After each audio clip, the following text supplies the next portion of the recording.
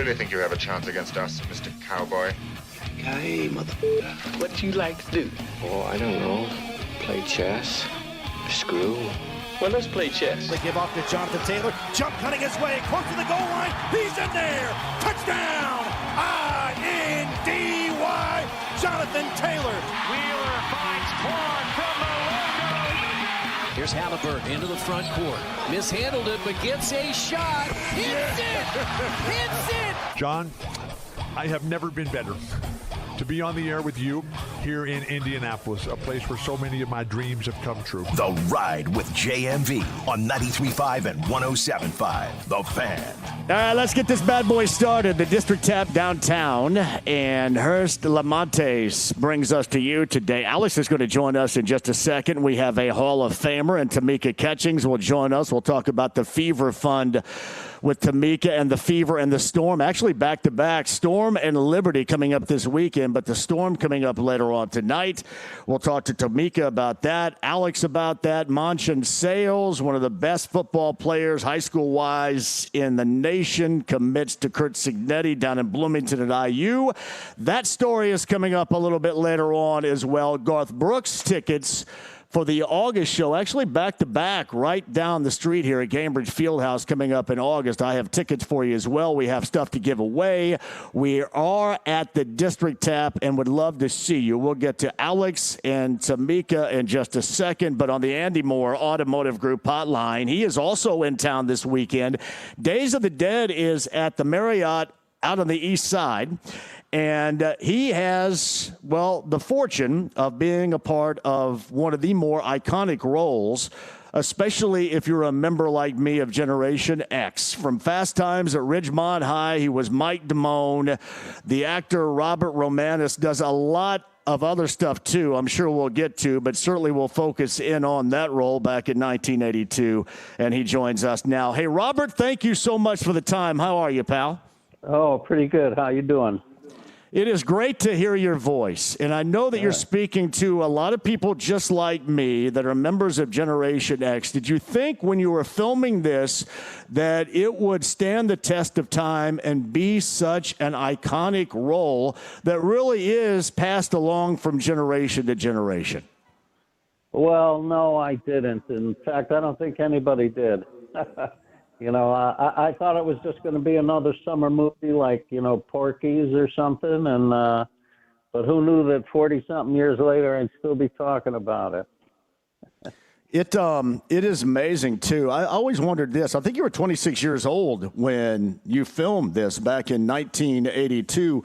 Was the thoughts from the director, Amy Heckerling, or even the screenwriter, Cameron Crowe, that you might have been too old at the time for the role, or was there ever any doubt about it?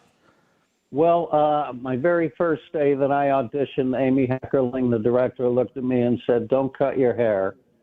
And then for the next 6 weeks, I kept going back like once a week and auditioning or reading every scene in the script. And finally, Amy brought me to makeup and hair and wardrobe, and I went back in and read and did improvs. And finally, I think it was the producer, Art Linson, who thought maybe I was too old.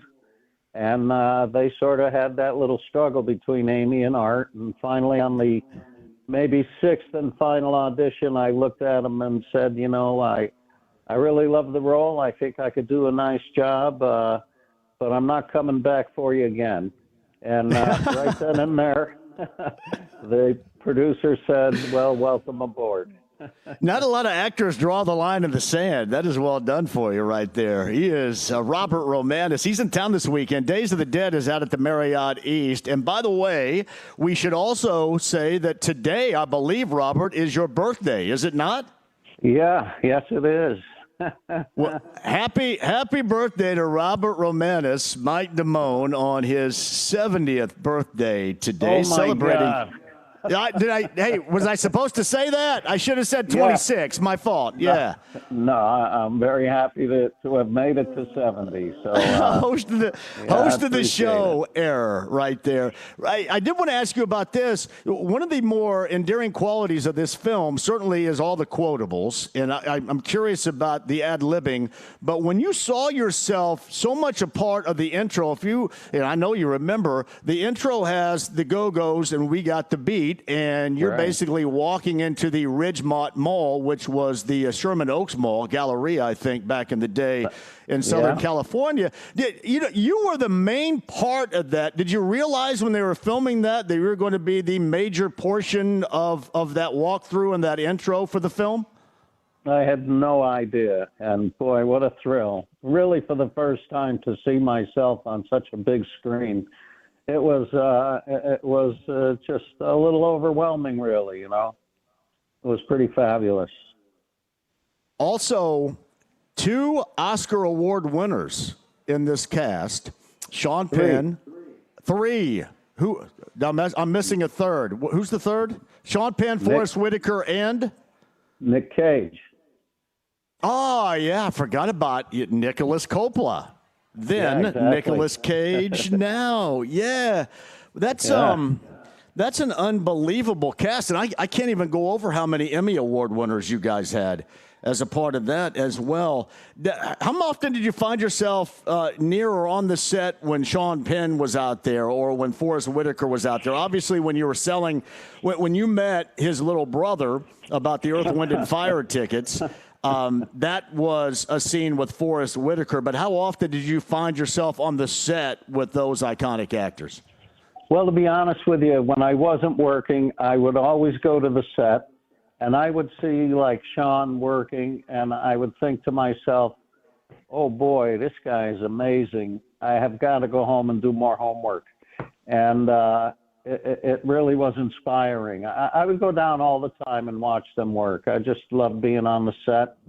And, there were no really big egos at the time. Everybody was just sort of getting started, and it was just fun to be around and to watch these young actors who are all so good, Was Sean Penn like Spicoli when the cameras are off? Did he get into that role and stay into that role? He did, yeah. He would be Spicoli through the whole thing until the very final day when he wrapped, and then he showed up as Sean Penn. That is pretty awesome. Very different person. That is Robert Romanus. He's Mike Damone from Fast Times at Ridgemont High. Days of the Dead, the Marriott East here in Indy coming up this weekend. You can meet Robert, and today is Robert's birthday as well. So one of the more famous, and this is Generation X dudes becoming men, would have been the Phoebe Cates pool scene. Obviously, you were a part of that. You were in the pool because you were an expert diver. We found that out. But did they close down the set for the coming out of the pool scene? Were you a part of that at all? Because that's what we most remember right there, because we paused it so much back during the old VHS tape day. Yeah, you could see it on the VHS. It was a closed set. So only the people who needed to be there, the director, the sound man, the cameraman, and the actors, for just that little section. And same thing with the pool house scene with Damone and Stacy. It was a very close set, just the people who needed to be there. Man, I don't know about anybody else. I was always upset when Stacy tried to put her brother Brad's swimming trunks on you in the pool house, Damone. Let me tell you. I was always offended by that. I thought, man, what are you doing, little sister, trying to put those swimming trunks on Damone? But I think about this, too. There are so many quotes in this that still stand the test of time, whether it's your 5-point plan or the attitude, ordering for your date, telling the waiter or the waitress what she wants, and then ordering for yourself. So many little things. How much of those situations, dialogue-wise, did you come up with on your own that were ad-libbed? How much of it was already in the script? Well, I'd say most of it, almost all of it, was scripted by Cameron Crowe. Really a terrific script. And There was a couple of ad libs, like the locker room scene where he's having a fight with the rat, and he leans up against the locker in the end, and he says, "I don't know what happened. I woke up in a great mood," and that was an ad lib. A couple of lines like, "Where'd you get that? Out of the hamper?" Those are some ad libs, but mostly the credit all goes to Cameron Crowe. Robert, my favorite was "This is great iced tea" before you actually took a drink of it. That was pretty awesome. And because that was such the character right there. It fit perfectly. And the other was when Judge Reinhold walked in from work, when he was up in his pirate outfit from work, you said, "Who's his tailor?" And you couldn't hear it clearly, but it was such a great line for the moment. It fit perfectly. Well, I'm not sure if I made that up or if it was in the script. I'd have to go and look, but I do remember saying it, yeah. Did you have a 5-point plan when you were growing up, or was that Cameron Crowe?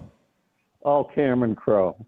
Okay. And, I believe he told me a story when we were on the set talking one day about how after school, he went to high school when he was 22 years old, and hung out as a senior for the year with all these kids and didn't tell anyone what he was doing. He said, after school, they'd all go out and they'd be having pizza and they'd be talking. And one of the guys said, "Hey, you know what you need is my 5-point plan." And then he went ahead and told him what his 5-point. Cameron said, "I ran into the bathroom and wrote it down on a napkin." So it's beautiful. The 5-point plan, the attitude, it all fit great. The other question I had is, did you live in an apartment or did you live with your parents? Because you came out of an apartment with your gremlin after it was graffitied by Linda, but you also were helping your dad in the garage when you didn't give the ride to Stacy. So where were you living? I was living in an apartment with my parents, and I don't know, for some reason the apartment had a garage. That's all I can think about that.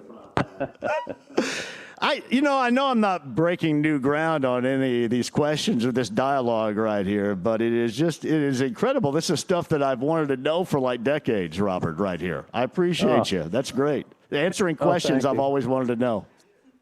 Oh, thank you. It is great. Whatever happened to the gremlin?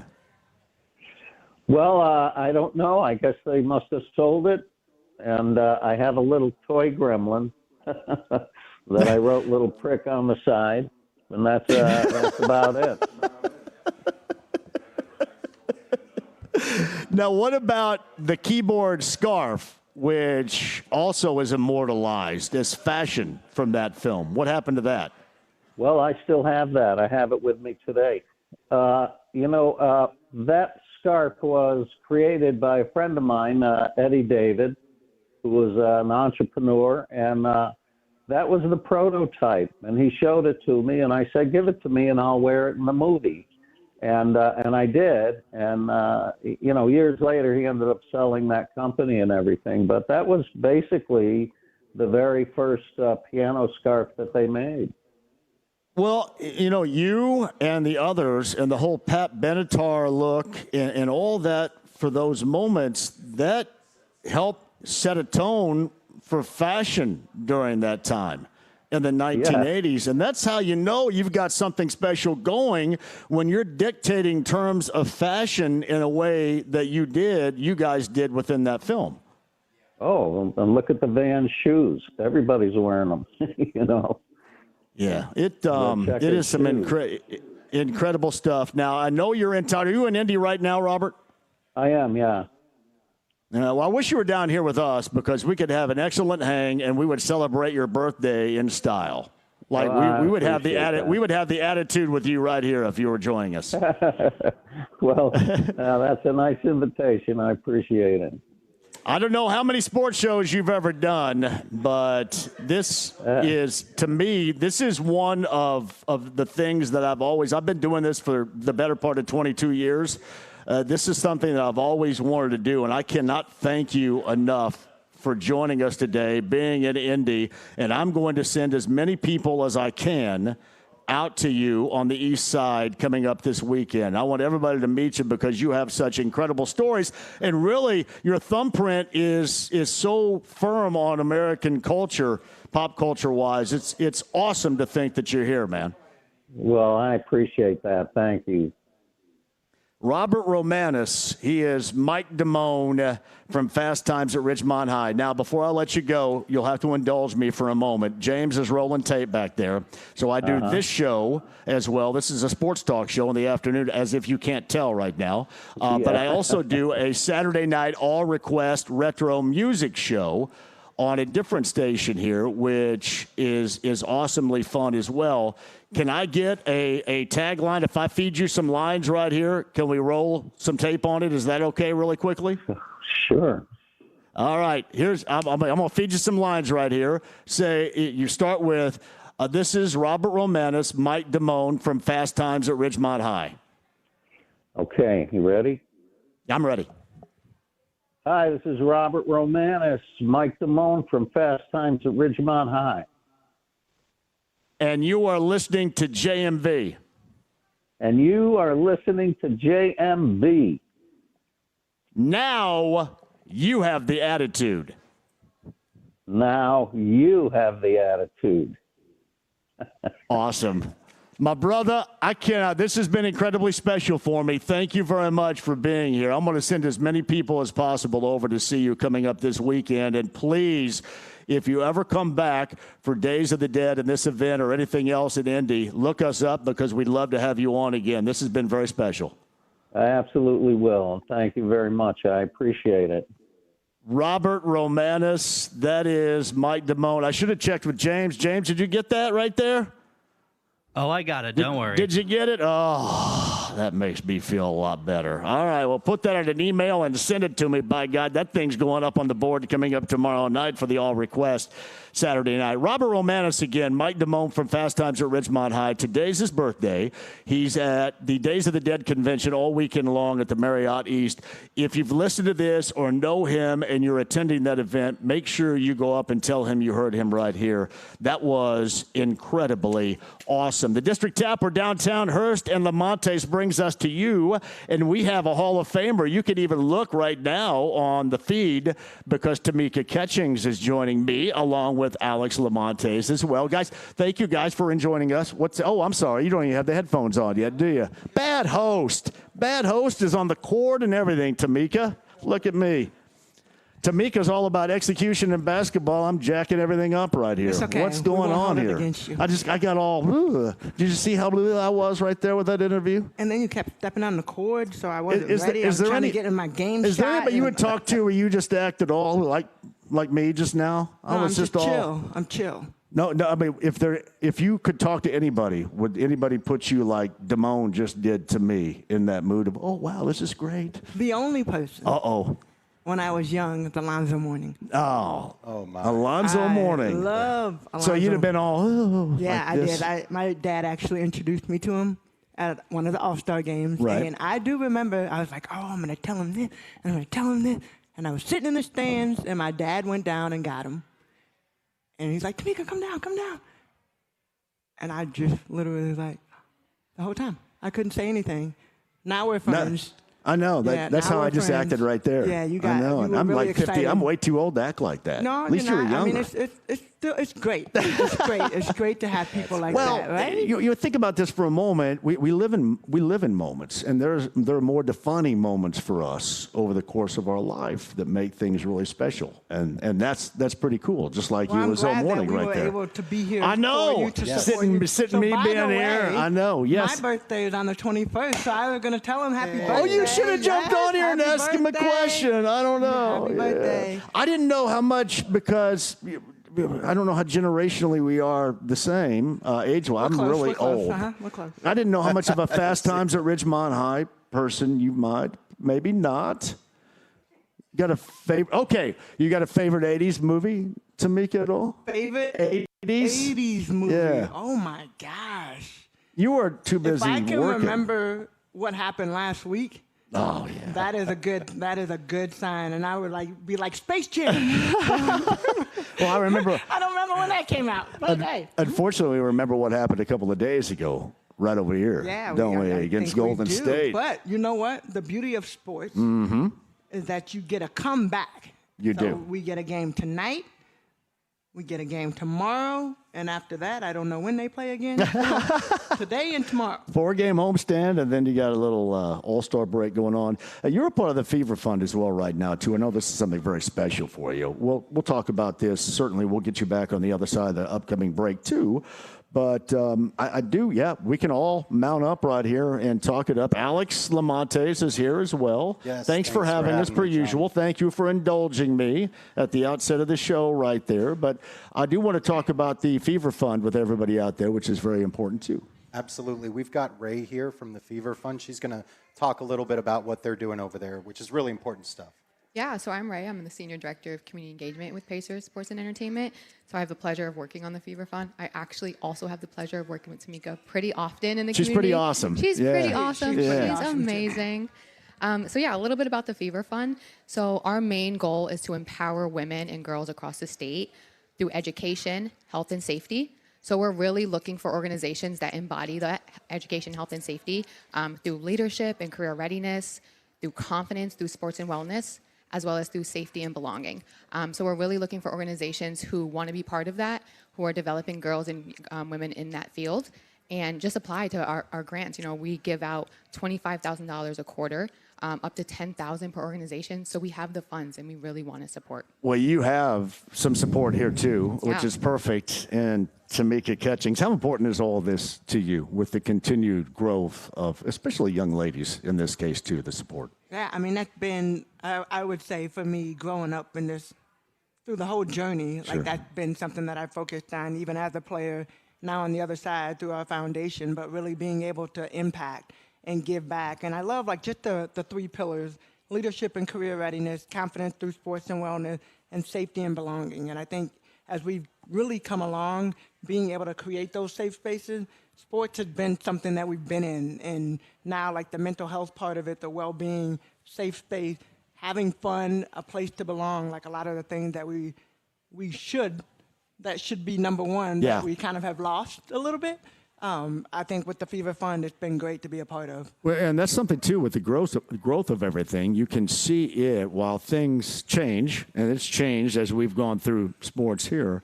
A lot of the things with the change, you can further help. And this would be one of those things that is easily recognizable through the change and the growth, especially the game and the Fever brand itself. Well, this is an opportunity for organizations that do get involved to get money. Yep. Up to $10,000 grant, $25,000 a quarter, you know, thanks to Hurst and Lamont, being able to have these opportunities, get involved. And I think really it is about those opportunities for these young girls. Hopefully one of them, one day we will see out on the court, and they will remember the moment of, hey, I was a part of this organization that got the Fever Fund and allowed them the opportunity to be able to reach their dreams and goals. This is Tamika Catchings with us at the District Tap with Hurst and Lamontes. Alex is across the table from us right now. More from him coming up in a minute. But I'm curious, the growth you have seen of the product, of the game, and then of all the eyeballs on it right now. How amazing has that been? Because we've seen a lot more of it here recently. How cool is that to see? It's awesome. It's awesome. So I get the benefit of broadcasting, and for the last 9 years, I've only done the college game. Yeah. So I've seen the girls, ladies, grow up through the college game, and then those that have made it to the W. Now this is my first year having the opportunity to be able to broadcast some of the W games. What I have loved is, of course, following my young ladies that have gone through college and that I've been able to just talk about from the sideline. Now watching the game in a different, it's just it's different. Yeah. You know, I remember, of course, I never was on the broadcast side as I was playing. But having watched the game evolve, the interest, the eyeballs that are on the game, you know, the ladies that are out there, of course, like we have a great team here, but you look across the league, the expansion teams that are doing well. I mean, the league is really at a pivotal moment right now. So Tamika Catchings, the Hall of Famer, is with us. You guys take a break. Come back on the other side here. We'll keep break? Tamika. Yeah, I got to take a break. Time out? Oh, T.O. Not more than a 20-second Okay. T.O. right here. We got to have a full. Okay, Hey, full time. yeah, there you go. We're at District Tap. We're looking for you as well. We're in the back room. Alex, can everybody join us, or is Absolutely. We're open. Because the Everyone. We door got is some shut food. right there, as if not. We got to be inviting. The door's got to be open. We'll open up the door here. Look at We've got that. some food over here. Open that door. All are welcome. I here. saw you got hummus, and you said JMV's coming, so we got to order some hummus. Where's right the there. firecracker shrimp? Well, I'm a hummus and cottage cheese dude right here. How about that? So, all right, guys, sit tight. We'll come back on the other side. James, we'll go to a break. Garth Brooks tickets a little bit later on. Sit tight for that. Big news, IU football-wise and recruiting. We'll get to that with Jeff Rabjohns coming up at the 4 o'clock hour. Don't go anywhere on this Friday. 93.5, 107.5 The Fan. Let's get you weather updated right now.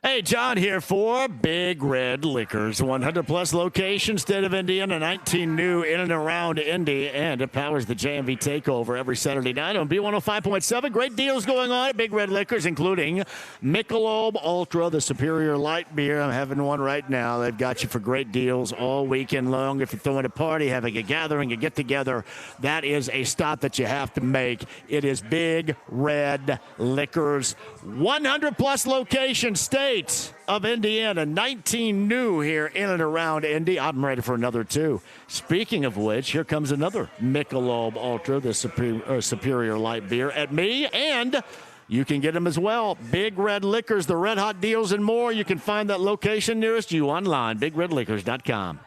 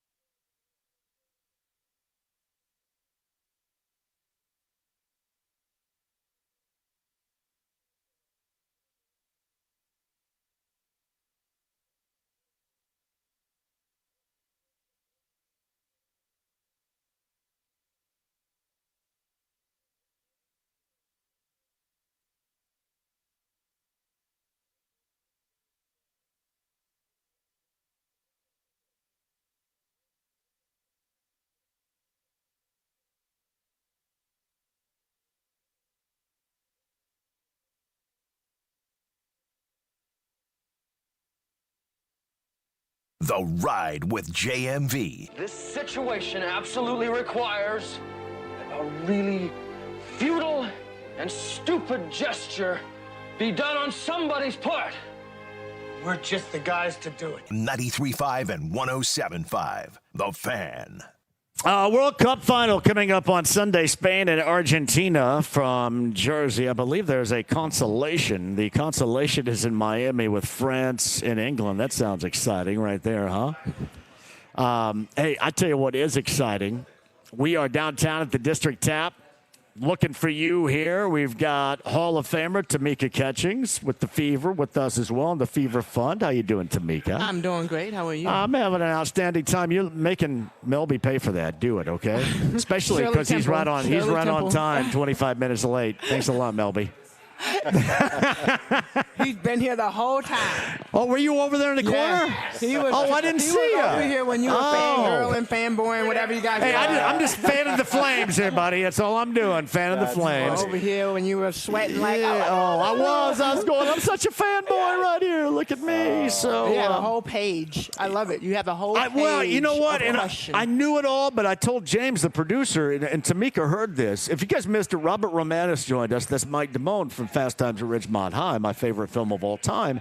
And I knew everything I wanted to ask, but I was afraid I was going to forget it. So I wrote it all down here and had it ready to go. How long did it take you to prepare for that? Well, I just had a list. I just wanted to make sure. But you that know, I like hit everything. sometimes you're in the car. But But you're in the car sometimes, yes. and you're like, oh man, I should have asked. I do that. Well, yeah, and I hate that. The drive home sucks when I forget to ask something. Yeah. And I also, at the last minute, I had him run those lines. I thought of that then. Because I go, man, I'm going to keep this for later. So that's when I said, you mind running some dialogue for me right here? This is like something that you're going to play on your own. It is. Not necessarily going to be on air. Let me run you some dialogue. He was like, okay, I guess. Hey, Alex is here as well, man. Thanks for having us, pal. Absolutely. Thanks for coming, man. I really appreciate it. It's always a lot of fun. Oh, coming out here, goodness. hanging out with you. I'm excited to finally meet Tamika Catchings. Is she not awesome amazing. Or what? She is so super. She's just such a sweet, down-to-earth person. I mean, really. And you have your own foundation, too. We were talking about the Indiana Fever Fund, but you have your own foundation called Catch the Stars, right? And you guys just did a backpack drive. And I just told you that in honor of you being on the show and joining us today, we donated at Hearst Lamontes 30 backpacks to your backpack drive. 30 years in the WNBA, right? I haven't been in the W for 30 years. Right. Hey, but you played 15, right? I played 15, so yes. All here, right? Yeah. Yes. And I have been alive for all of them. So how about that? Yep. That is great. We got a silent auction going on, too. We do have a silent auction going on in support of the Indiana Fever. We've got 4 club-level seats for the August 6th game. We've got 4 club-level seats for the September 20th game. Yeah. We've got signed jerseys. And Tamika, you're such an amazing person. You were willing to sign some jerseys for us today. We just put them up on the site. Yes, and so we've got some autographed Tamika Catchings jerseys, the old school Fever jerseys from the early 2000s, which I personally are my favorite. See, I'm glad. Thank you. I like Alex. Yeah. I like him. See, old school's the good. That's the good school right there. Fast Times at Ridgemont High, there you go. Look at you guys. Yeah. So no, we've got, and that auction is live right now. All that money is to benefit the Fever Fund, and Hearst Lamontes is going to match everything that we raise. So for every dollar that we raise during the silent auction, my law firm is going to match that dollar and donate all that money to the Indiana Fever Fund. So what you're saying is that we need people to donate. Yes. Because the more they donate, the more you have to give. Put my money where my mouth is. That's beautiful. I'm telling you right now. I love it. And how can the people get involved right now? There's Alex? a Give Butter. There is a Give Butter link. Give Butter is an online auction website where you can go and look at the items. There should be a link online on our website, and we're going to start posting some things on social media, on Hearst Lamontes social media pages, and hopefully 107.5 The Fan we'll can be give right us on a little top help. of it right here. Yeah, yes. We're going to run it for a week to give everyone plenty of time to be able to run those bids up, so that way, you know, they're digging into my pocketbook a little bit more. But honestly, I love doing it. I love supporting the community. I always say I'd rather spend, a few $1,000s doing this than putting my face up on a billboard as a lawyer. These types of programs are just so important for Indianapolis. That's Alex Lamontes right there. Hurston Lamontes bringing us to you. Tamika Catchings with us. What a great job you did on USA the other night. Do you like doing the TV side of things? I do. Yeah. I love being able to watch the players, and I get courtside seats. Yep. Did you want to post up Ruth Riley Hunter, like sitting right next to you? Yeah, you saw that, right? Yeah. You saw the video. I thought, she broke my nose. I saw that. Yeah. Yes. That was good conversation. I will say this: did you, when you were playing against one another, did you like one another at the time? Interestingly enough, so Ruth Swin and I were on the 2004 Olympic team together. So that was kind of our first year of being together and being able to learn. We're all three of us are very much our faith is very important to us. So really, like being able to connect from that end was great. Basketball was cool. Like we do that and all that, and won a gold medal and. Being able to share that with those young women was great, but the sisterhood beyond the game is what you really love. Well, and you see the roots now, and it's funny. I know the game has evolved in different ways, certainly than it was played when you were playing, but, man, you guys started all of that. That has to be gratifying to look back on it and see where the game is now, especially here with the fever and the interest level going on. I was a freshman in college. The first year of the WNBA, and I remember like, oh my gosh, I'm gonna. Wow. Yeah. My goal was to play in the NBA before that. Yeah. And so really being able to watch it for 4 years, develop and grow, and tore my ACL my senior year in college, so didn't really know where I was gonna end up. Indiana took a chance. I'm here, and I don't know. In 2001, I probably did not think that I would still be here, you know, and it's just because like, oh, Indiana, but. I have grown to love the community and being able to do all that we do with our foundation, with the tea shop, just being a part in so many different ways. It's just been great. Back then, you went overseas and played too, right? I did. Yeah, because you had balanced both back then. I did 4.5 years in South Korea, Seoul, South Korea. I did half a year in Moscow, Russia, 2 years in Istanbul, Turkey, 1 year in Gdynia, Poland, and then I finished in China. And then nowadays, you see a lot that don't do that. So they don't have to. Thankfully, the new CBA, which I just left IBE, and being able to honor Terry Carmichael Jackson, just thankfully with her and the players and the league coming together in agreement, the new CBA will hopefully keep players from having to go overseas. If they choose to go over, that's on them. Right. And how was it for you? I mean, you name some places that sometimes you go, I don't know if that's the best place to go, but you had to earn back then, too, a player. You did, and I'm not going to bash any of the places that I played because I did have, for the most part, I had a great time. Yeah. My last year going overseas was after we won the 2012 championship. I didn't want to go overseas, but I'd already committed to go, and so that was kind of like, I'm done going overseas after that, but I enjoyed my teammates. I learned a lot. I got to travel the world for free. I got paid to travel the world, I should say, just being able to play and visit different cities, cultures, all of that. What do we have to do to get a little bit more consistency going with this Fever group right here? Because that's what they're in search for. Yeah, what I see when they win is moving the ball, playing with one another, They have great players, right? They from the starters to the bench. We have a great team, but I really think that we are at our best when we share the ball, move the ball. Any given night. Of course, we have our big three between Caitlin, Aaliyah, and Kelsey, and everybody else has been flowing around there. Sophie's been balling lately. I mean, you go down the line, right? So play together. There's enough for everybody. If we all eat and we eat together, we can have a big meal. But if only one person eats, some people starve. Yeah, I mean, look at the other night. They put up, 75, and there wasn't a lot of ball movement going on. I mean, you saw that during the game, and so I totally agree with you. I mean, that is their game, move the ball. And when they tried it, when it slows down to a pace that's not, necessarily natural for them, then that's when you start to see games like that one the other night. It gets 75 stuck. points. Yeah, they get the ball stuck. gets stuck. Yeah. And then you can see, perfect. even looking at Golden State, Yeah. as the Fever came back and got back into the game, Golden State, their huddle got tighter.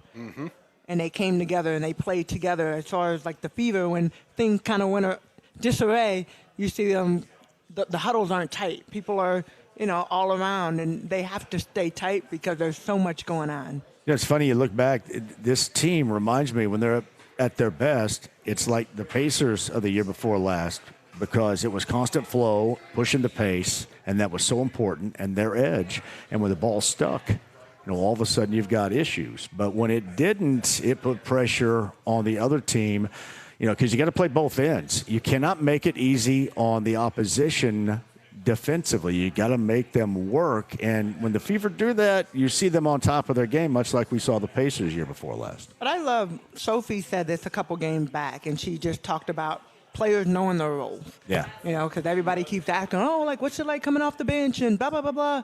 But for her, she continued to lean into, hey, when my number gets called, I go out and I do what I need to do for this team.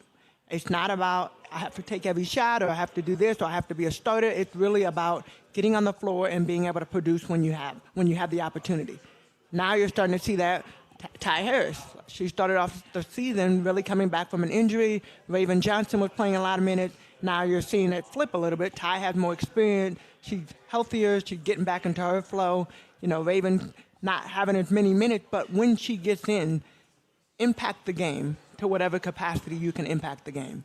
All right, did you have Melby order something from the menu for you too? Now, what time do you got to bail? You have as much time with us as you want. Well, I'm hanging for a little bit. Okay, you can hang. Okay, go ahead, Alex. I got a question for you. You've won 4 Olympic gold medals, right?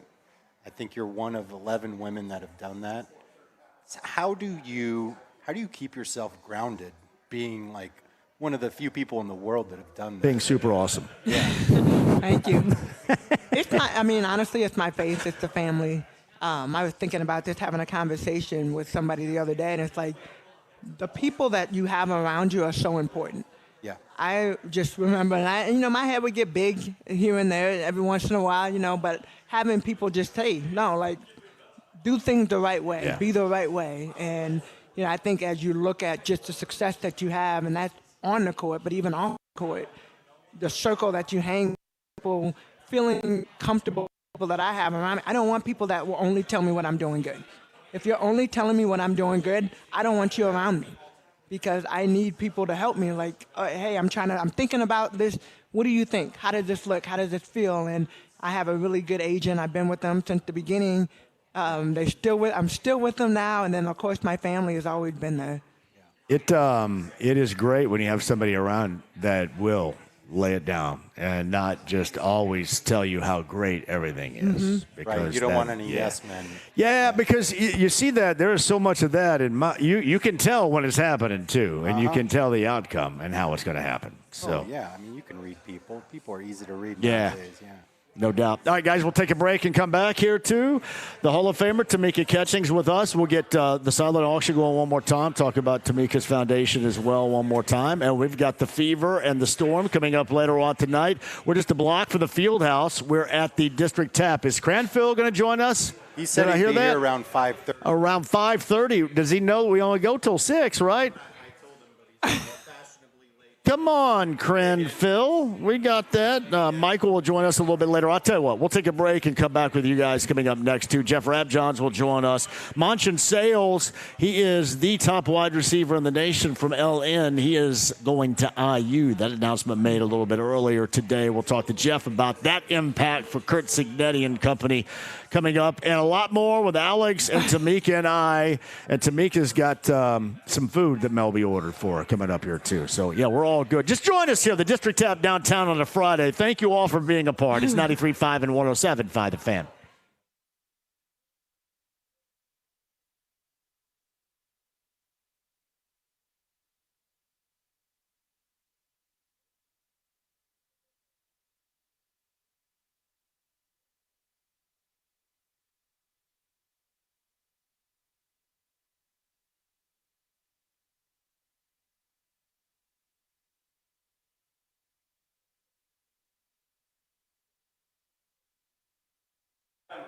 Hey, John here for the District Tap. You got two locations, Northside Clearwater Crossing, downtown Indy. We were just talking about Crensville a moment ago, too. This is his brainchild right here and has put it to great use.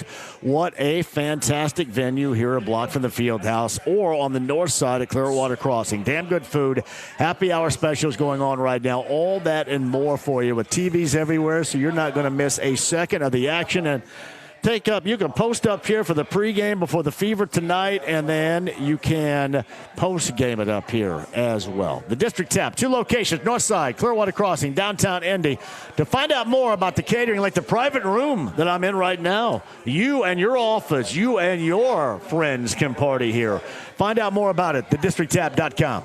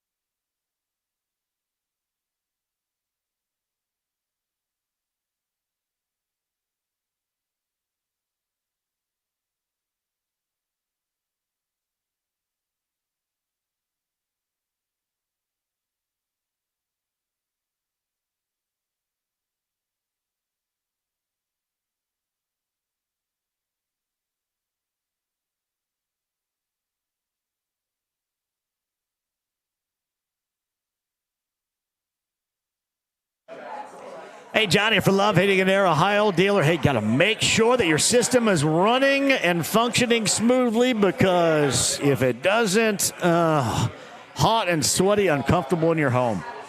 You don't want it. It's Johnny Chris Love, or better yet, call Kendra right now. Here's the number. Call Kendra, 317-353-2141, and say, hey, Kendra, JMV just mentioned that you could put me on the schedule with one of the elite-level technicians, for example, like Ron, to come out to make sure the system is running smoothly. And by the way, if it doesn't, if it needs a repair, you mention my name. Say, JMV sent me.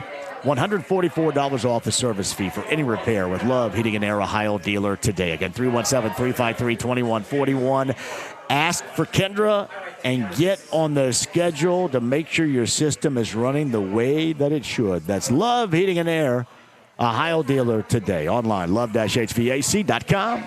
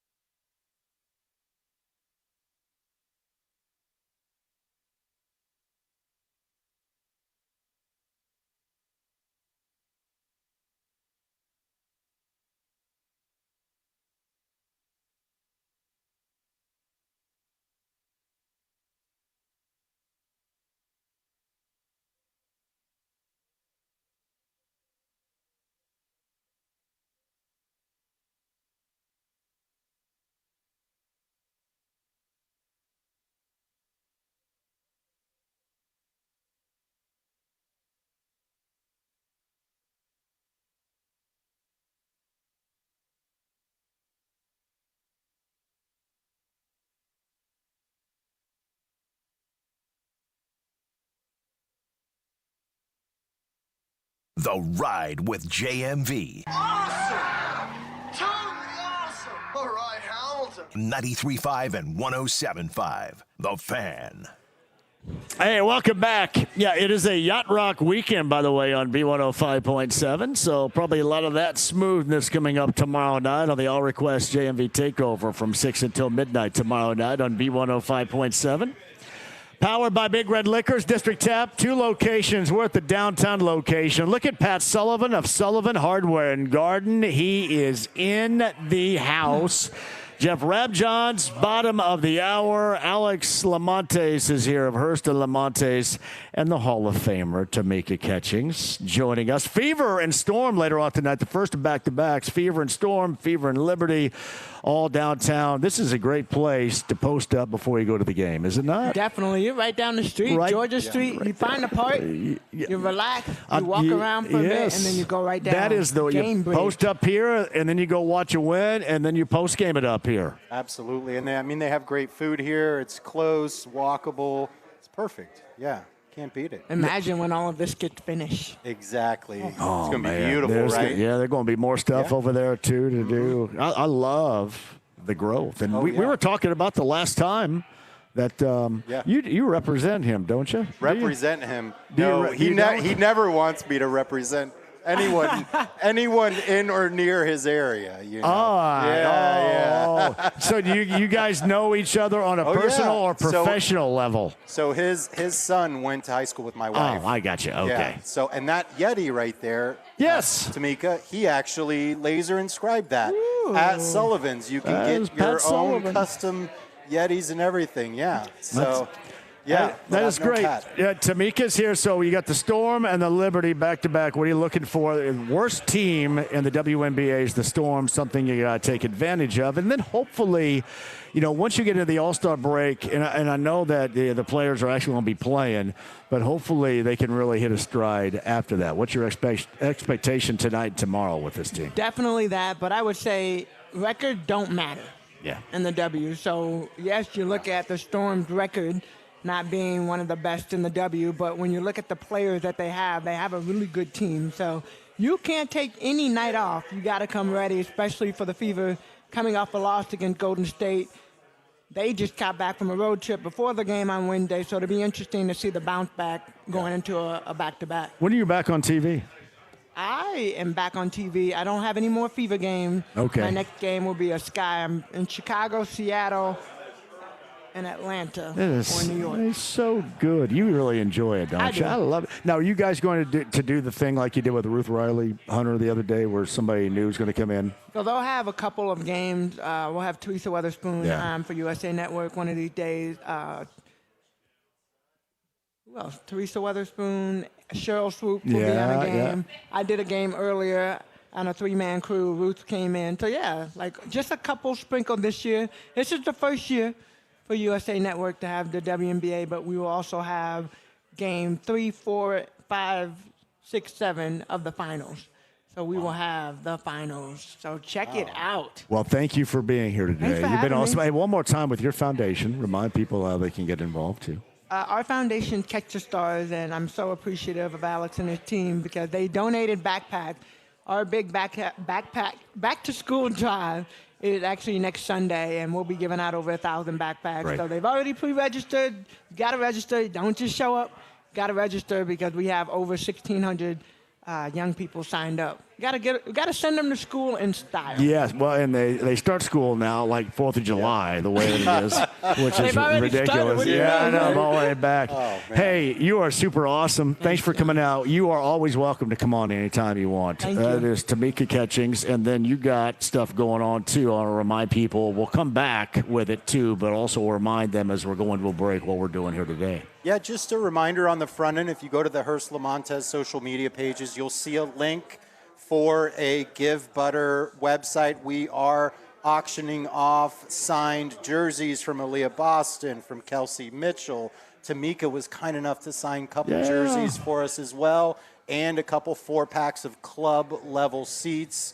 Great view. And you get to donate to the Indiana Fever Fund, which is an amazing amazing organization, but more importantly, you get to make me put my money Yes. where my mouth is, right? And match all of the money that we raise during this silent auction the next week. That's awesome. We'll continue to remind people of that as well. Pat Sullivan's going to join. Jeff Rabjohn's also on the way. And Tamika's got some food Yes, right I'm there. out. Thank you, Hey, Tamika. great to see you again, okay? Thank you so much. Tamika Catching's awesome right here with us at the District Tap downtown. Quick break, we'll come back. Pat Sullivan's going to be here. Jeff Rabjohn's also on the inbound. And you can too. We are in the back room and would love to see you on this Friday. Mike Damone started the show. Robert Romanus, Days of the Dead, Mariotti's this weekend. If you go out and check it out, make sure you walk up to Robert, who is celebrating his birthday today, and tell him hello and that you heard him on the show. By the way, James, when he hung up, he called you back, didn't he? Is that true? Did he call you back? He called back, and he was just very kind. He wanted to thank us for getting him on the show, and he said he had a good time. So it was very sweet. That is very undemone-like right there, but I love it. That is great. Robert Romanus, podcast 1075thefan.com. Tamika Catching's also the podcast there. Quick break, we'll come back. Hour number 2, hashtag Ask Pat and more District Tab downtown, 93.5, 1075 The Fan.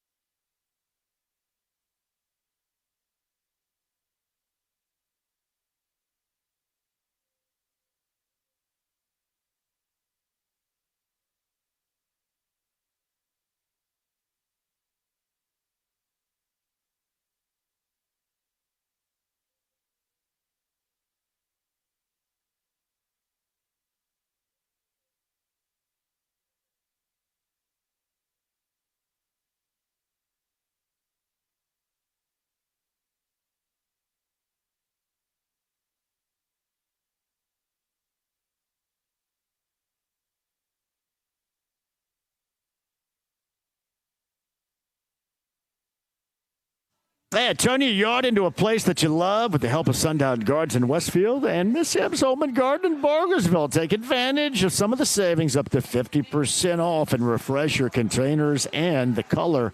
You can add that to your yard with 50% off annuals. That's 50% off of annuals. Go big. 20 to 40% off container trees and shrubs and 20% off perennials. How about creating your dream outdoor living space? Pottery fountains in stock, furniture on the outdoor for the patio, 30% off. You can check out the gift ideas in the gift shop too. Up to 50% off select gifts now through the end of the month. That's at Sundown Gardens and Miss M's Home and Garden. Again, 50% off annuals, 20 to 40% off container trees and shrubs, 20% off perennials, 30% off pottery furniture and patio furniture in stock, and up to 50% off of great gift ideas in the gift shop. Sundown Gardens, Westfield, 186 and Spring Mill Road, Miss M, State Road 135, just south of Whiteland Road in Bargersville.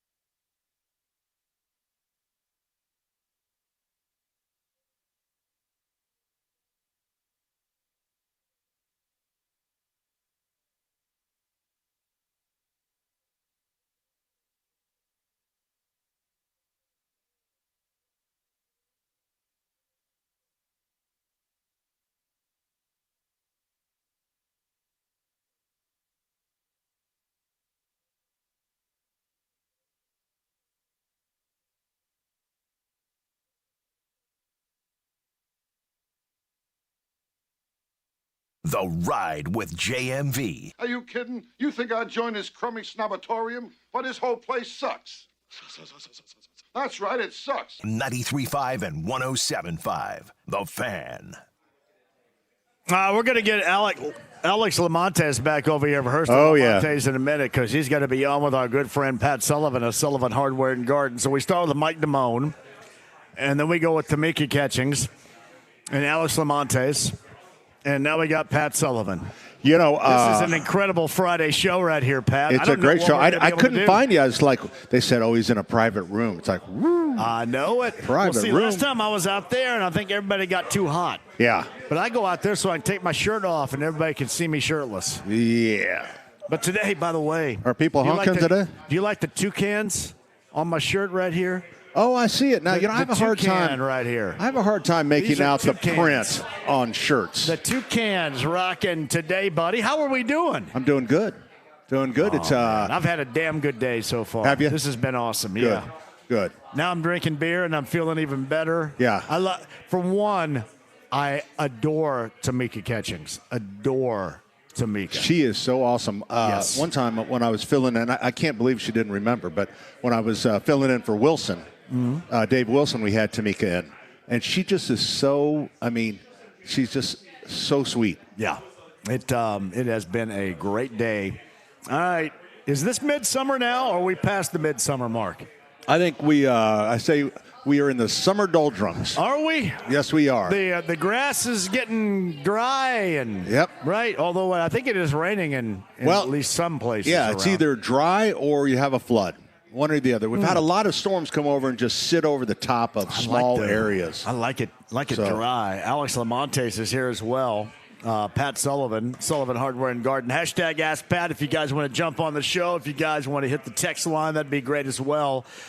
Give me how you guys know one another here. Like, if you would not mind, Alex, further explain. Yes, my son Andrew is buddies, and then actually they were at school at Chittard together, weren't they?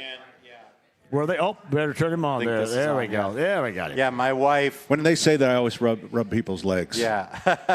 John always says that. He goes, you better turn them on. It's like, yeah, right. Better turn them on. Yeah. Yeah, my wife went to school with your son, Andrew. So, yes, I texted him today, and I said, hey, man, is your dad coming down here? And he was like, yeah. And I said, there's no place he'd rather be than surrounded by a bunch of lawyers in the room. I know. That's beautiful. Yeah. Yeah, it is. It's like I got him. You know what? I'm thinking about having like a private cooking class for all the law firms that are suing me right now. Dude, but you know what? I don't want to. I know that your law firm, you guys, Hurst Lamontes, you're on the do not sue list. I know. I know you guys do great work, but I don't want to. I'm not trying to. But I'm getting sued by Morgan & Morgan. All right. Oh, those. Is this true? Hey, yes, it is. Someone's got to pay for all those billboards. Can we talk? Why are you getting sued? It's just a slip and fall. Yeah. Slip and fall. Oh. But slip and fall, man. Dude, Morgan & Morgan, they chose me to sue. They are the country's largest injury lawsuit. Can I say something though? I just want to say something. If you got to talk about how big it is, maybe it's just not that big, right? That's true. That can be used as a metaphor for many things. But you know what I would also tell you, just like how you're supporting us and John, Morgan & Morgan is a sponsor of my radio show. But yet they're going to sue me too, and that's fine. And they're suing you? Yeah, it's fine. You know what? Hey, do you know John Morgan? They own OJ's white Bronco. It's in a museum in Gatlinburg. What in this world? Oh my God. And how do you know that? Did you? We were there. Andrew loved the crime museum there. Yeah. Well, I can't. I go to Alex and not Chase Wilson. But I will say that. But Chase should be here sometimes. Well, he's always running late, too. He's like Melby. Although I guess Melby was out in the hallway when I was talking to Damone or something like that. But no, Alex is going to be utilized for me in the future for law advice. Well, you know what? I need it. I'm going to need it. You know, you come to our place quite a bit. I mean, on him. You might fall or I might push you. So, oh, no, I'm on the Yeah, he won't sue me. Yeah. Hey, but that doesn't happen mean often. Yeah. Some of them are falls, and sometimes we just push customers. And these guys have vehicles on the road. Then you double the chances, probably triple, frankly, versus just a brick building. It occurs to me, why would anybody want to be a business owner? Why is this? Well, you know what? If you look at it and you now, and I'm not talking about serious stuff because Alex deals with some serious heartbreaking things. Right. Ours generally are slip and falls. And if you just think about it's just kind of part of business and part of the, I don't want to say game, but it's kind of what it is. Yeah. You know, everyone's in together. So you can't let it get to you. And like every time I see shrink wrap, I'll go, that cost me $40,000, and I'll pick it up. Like from another business I was in, I think Kroger, there was shrink wrap, and I grabbed that. It's like, that cost me $40. Yeah. So, you know. Man. Part of the business owners right there. But you don't want to get it, if you get too emotional about it, you know, you just got to let it. Yeah. Well, and that's why also we have you here, because we can all discuss with hashtag Ask Pat some of the things we're going through right now. And as you mentioned, the midsummer doldrums. That's right. Yeah. So people, people are wigged out on their lawns. We've got crabgrass is starting to come up. Man, crabgrass is something, isn't it? Yeah, it is. And relentless. Yep. And you have to wait for the temperature to come down. Here's the good news about crabgrass. Crabgrass, as Alex knows, it used to be if you missed your pre-emergent, you were stuck with the crabgrass. Now there is much better as far as controls. You have to wait till the temperature comes down before 90. And, of course, we'd always recommend you put a safety vest on to go out in your yard. Yeah. You always want to have a safety and a hard hat. Yeah. And go out in the lawn, and then you can go ahead and spray it. Suit. Hazmat. You got to take all the safety precautions. Put up signage and then sign a waiver. Yep, sign a waiver, then this is awesome. And then so that is good. But the other thing with the heavy rains, the moles, we are getting tons of questions about moles. Yeah. The moles are there. They're doing their damage. All right. Why don't they? Yeah. Why don't you sue them? You know what? If they were insured, I would. But can you sue somebody else if nothing the truer tunnel is ever in said from their yard to yours? No, actually, you can't. You can't. No, because they're wild animals. Now, if you had you grew up down in the country, I right? did, yes. Like stray cow cases. I've had a horse case where a horse got spooked and threw someone from the horse. Oh. Because they were doing construction on bleachers during a horse show. Who the hell does that? Right. They were told not to do it, you know? What about dogs coming over in somebody else's Yes, property? dogs are usually covered under your homeowner's policy. Now, you may have a section of your policy that drops down and covers you less if a dog bites someone. I had a case in Ivy Hills like that just last year. Yeah. I had no idea about this stuff. I'm learning big time today. Man, we can talk insurance all day long, and listen. Your listenership goes down. And hashtag Ask Pat if you guys have questions regarding yard, barbecue, grills, anything. We had a cooking class last night. 27 people for the perfect steak. We had 12 big green eggs, all fired up. The air temperature is over 90 degrees. Whew. I bet it was hot. It was hot. But, we have those misting fans, which really, you can buy an attachment for a regular fan. You just bolt it on, and then it'll blow out the mist. And actually, they're really effective. I'm going to get started with this Q&A. Of course, that could freeze over, and that could be a slip and fall. It could be a slip and fall. You have a stage now, don't you? Yes. You guys do shows? Yes. We should do one of these. I think that's Sully's. perfect. Yeah. Yeah. And we could smoke some meats while we're there too. Yeah. On a big green egg. Well, as long as you mentioned it, tonight is Tommy Duke and the All-Stars. Gets underway at 5 o'clock, 5 until 9 at our Keystone location. You mentioned steaks. How do you get the perfect marks on it? Because I'll get marks, but they're kind of half-ass marks. Right. They're not gorgeous marks. Probably what you want to do if you want that is to reverse sear your meat. So that means you're going to fire up the grill and you're going to get it to we'll get the grills to 600. I do that all the time. You go out there and then you sear it, just 30 seconds, a minute on each side. You put any pressure on top of it to get this here even more? You can't mild, not too much. Okay. And then you pull it off, get the temperature down to 350, 375, and then you cook it the rest of the way. But you sear in. Oh, yeah. Do you need good steak marks when you're grilling? Yeah, but I mean, I feel like, first of all, Pat's right. And I've done the cooking class. The green egg is the best thing to do it on. Yeah. You get that thing hot as hell, and then you just put it on. You don't have to flip it over and over again. You know, just give it a couple good, and you can keep the consistency also because you're not doing a ton of flips on it. And, I mean, I like mine medium rare. I think that's the way. And that's hard. That's hard for guys because everybody likes to, you know. Yeah. Yeah. I about said flip your meat. It depends. It depends on the cut of meat too, because it's almost like you have to have a consistent cut to make sure you get it consistently the way that you want it. Does that make sense? Yeah. Yeah. Yeah. Absolutely. And there's, the steaks, some steaks have a little more marbling in it. Yeah. So that'll react a little different. Mm-hmm. Now, what do you guys use steak-wise for the class? I think they use ribeyes. Do they? If I'm not mistaken. Now, if you had what's your favorite here? See, I like the New York strips more than anything. If I go to a restaurant, it would be a New York strip. What about you? I like a bone-in ribeye. Good dry-aged bone-in ribeye. So, do you do the Cowboys at home all the time? Yeah. Well, at home? No, not at home. But out at a restaurant. Yeah. The Cowboys seem like, it was like Fred Flintstone. Yeah, right. The Cowboys seem my like size, like. the Cowboys seem like that's incredibly difficult to do. Is it not? Yeah. Oh, yes, absolutely.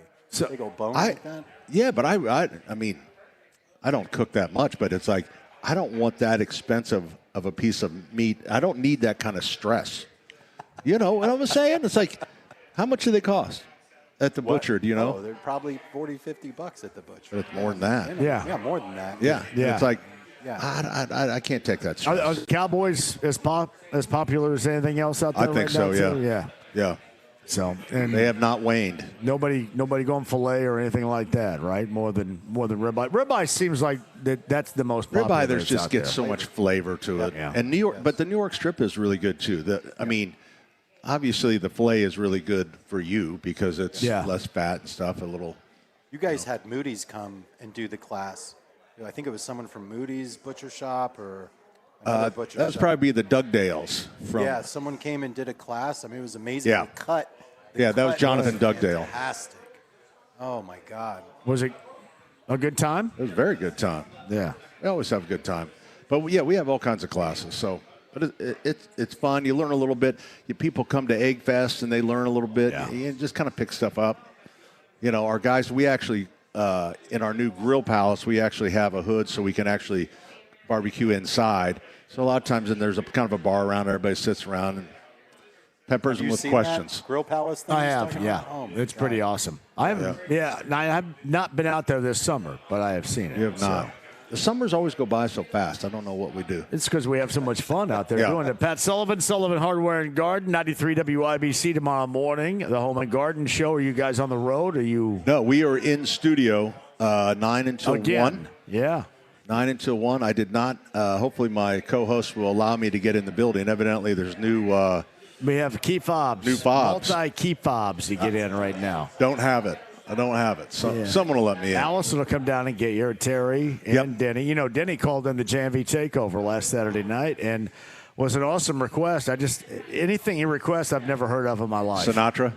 No, I don't even know what it was, like Jonathan Reed or John. I don't know who it was, John Reed. But I played it for him because he's Denny. Yeah. And it sounded good. But what era was it? I don't even know what it was. I don't know. I've never heard of the person in my life. I think it was John Reed or Jonathan Reed. It was a very Denny request. Yeah. It was. Which is all good, but he's it was a thinker. Denny. He is a thinker. He's a thinker. What else this time of year are we talking about? You know what? You got to start looking for grubs in the lawn. The other thing is, what's the little grass that comes up? Oh, for God's sakes. You haven't hit it because you're too young, but you eventually get to a point where you just forget common terms. It's really a great time. Happens all the time. It's a great part of aging. But it's nutgrass. Nutgrass is when you cut your lawn, right, and then 4 hours later you go, and all of a sudden there's a blade of grass, kind of yellow-green coming up. That is nutsedge, and there is actually a chemical now that a nutsedge killer. Before there was no treatment for it. Now you can spray it. Because before it's like they would tell you, it's like you can't pull it. You have to actually dig down and pull up the nut. Yeah. Well, who the hell is going to do that?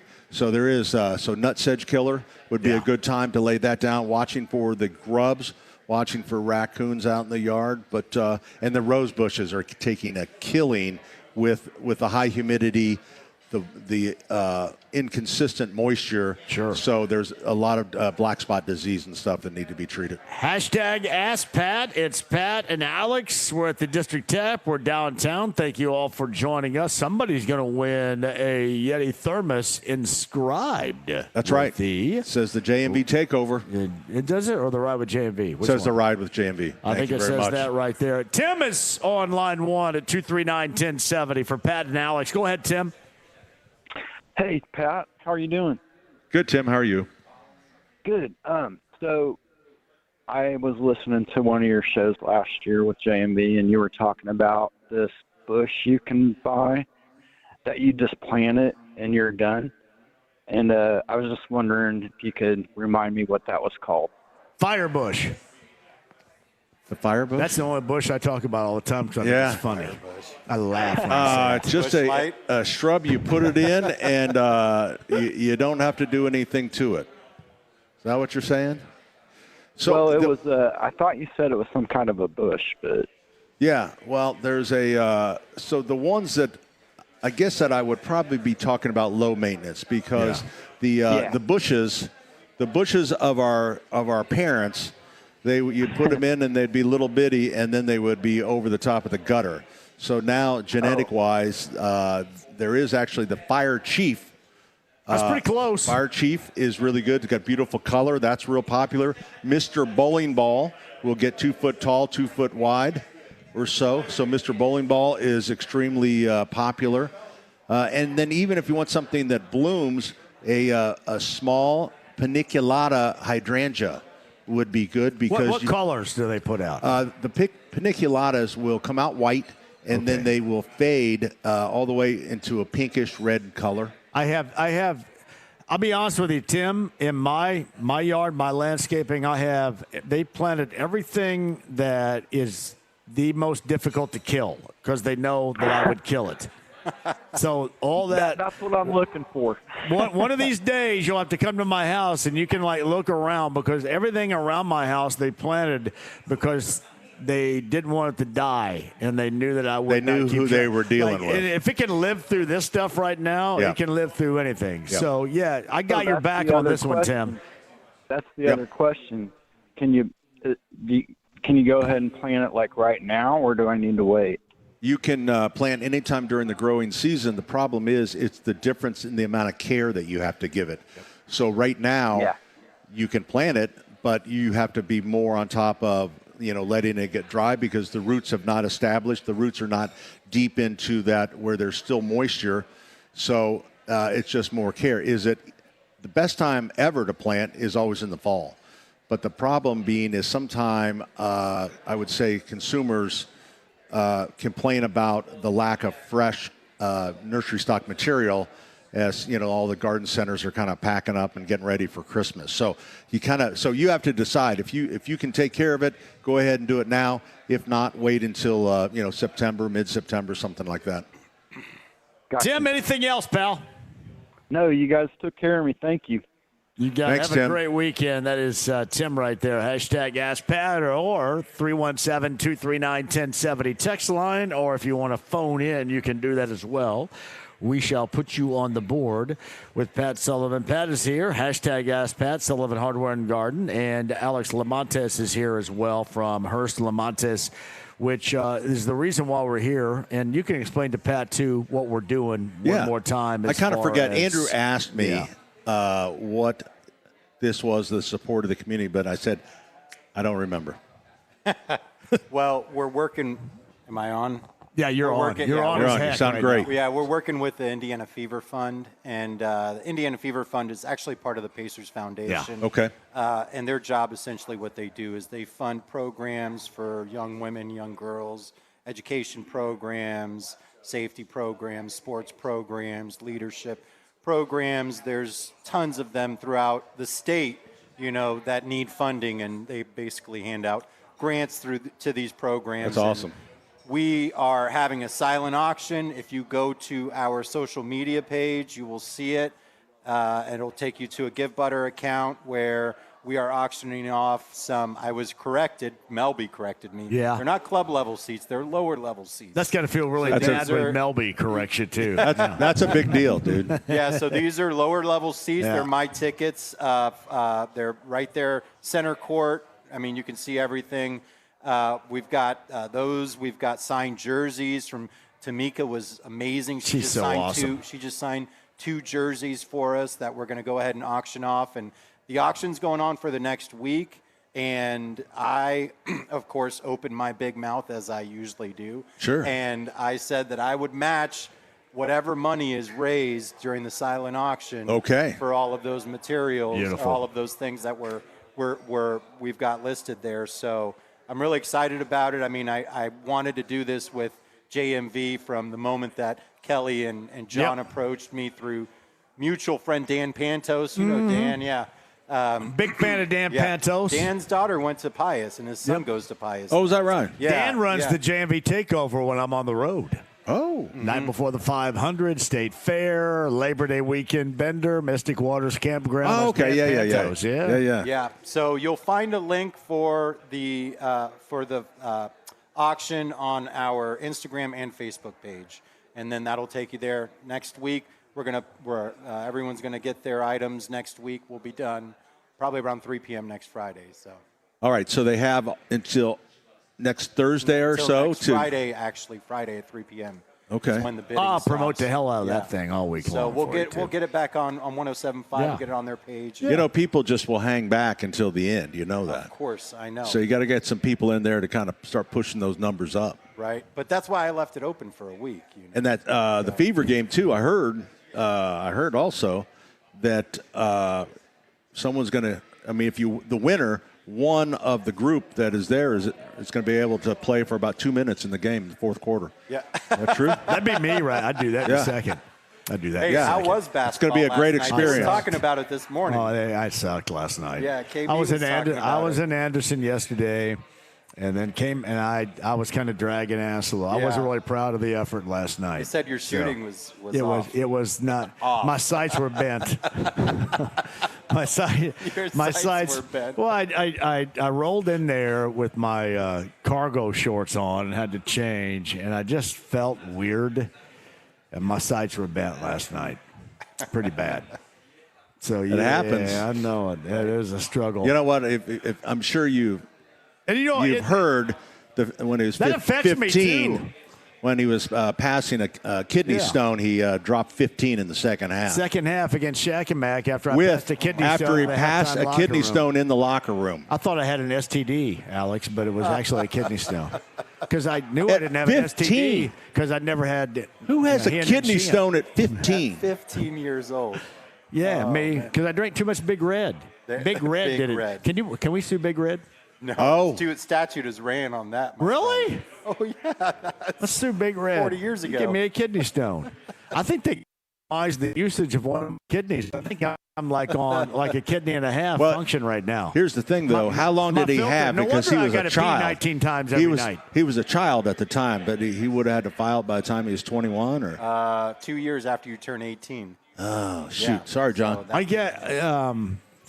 Now, what are some of the forms of what could I express? What is it that not just damages, but how I feel? Personal, emotional distress. Emotional distress. They had to perform so many different surgeries, and it all surrounded my private area. Oh my! So, do you remember the Little House on the Prairie episode where Carrie got stuck in the well? Yes. Remember that? Yes. That's how they had to get one of those out. With me right there. And it's not good. No wonder I'm scarred for life right here. Seriously. He had every nurse in the hospital handling his wiener. Yeah. Exactly. Everybody saw me Everybody naked. came I'm 15 in. years old. Everybody's Yeah. seeing me naked. Yep. Yeah. I don't want everybody seeing me naked. You know. All right. Hashtag Ask Pat. Pat, tomorrow morning, 93 Tomorrow morning. WIBC. That's right, 9 to 1. Please join us. You and Denny and Terry and Allison. That's 93 right. And WIBC. Ethan will be running the board. You will be. Yes, he will. Alex and I on the other side. Jeff Rabjohns on the other side. You guys have been fantastic. Pat, thank you very much for Thanks, coming John. down here. We're at District Tap. We're Alex. downtown. Pat. Block away from the field house. Garth Brooks tickets a little bit later on. We got Jeff Rabjohns about the big news in Bloomington today. That and more coming up. But first things first, let's get you weather updated courtesy of either Fox 59 or CBS 4. One of the two. Go.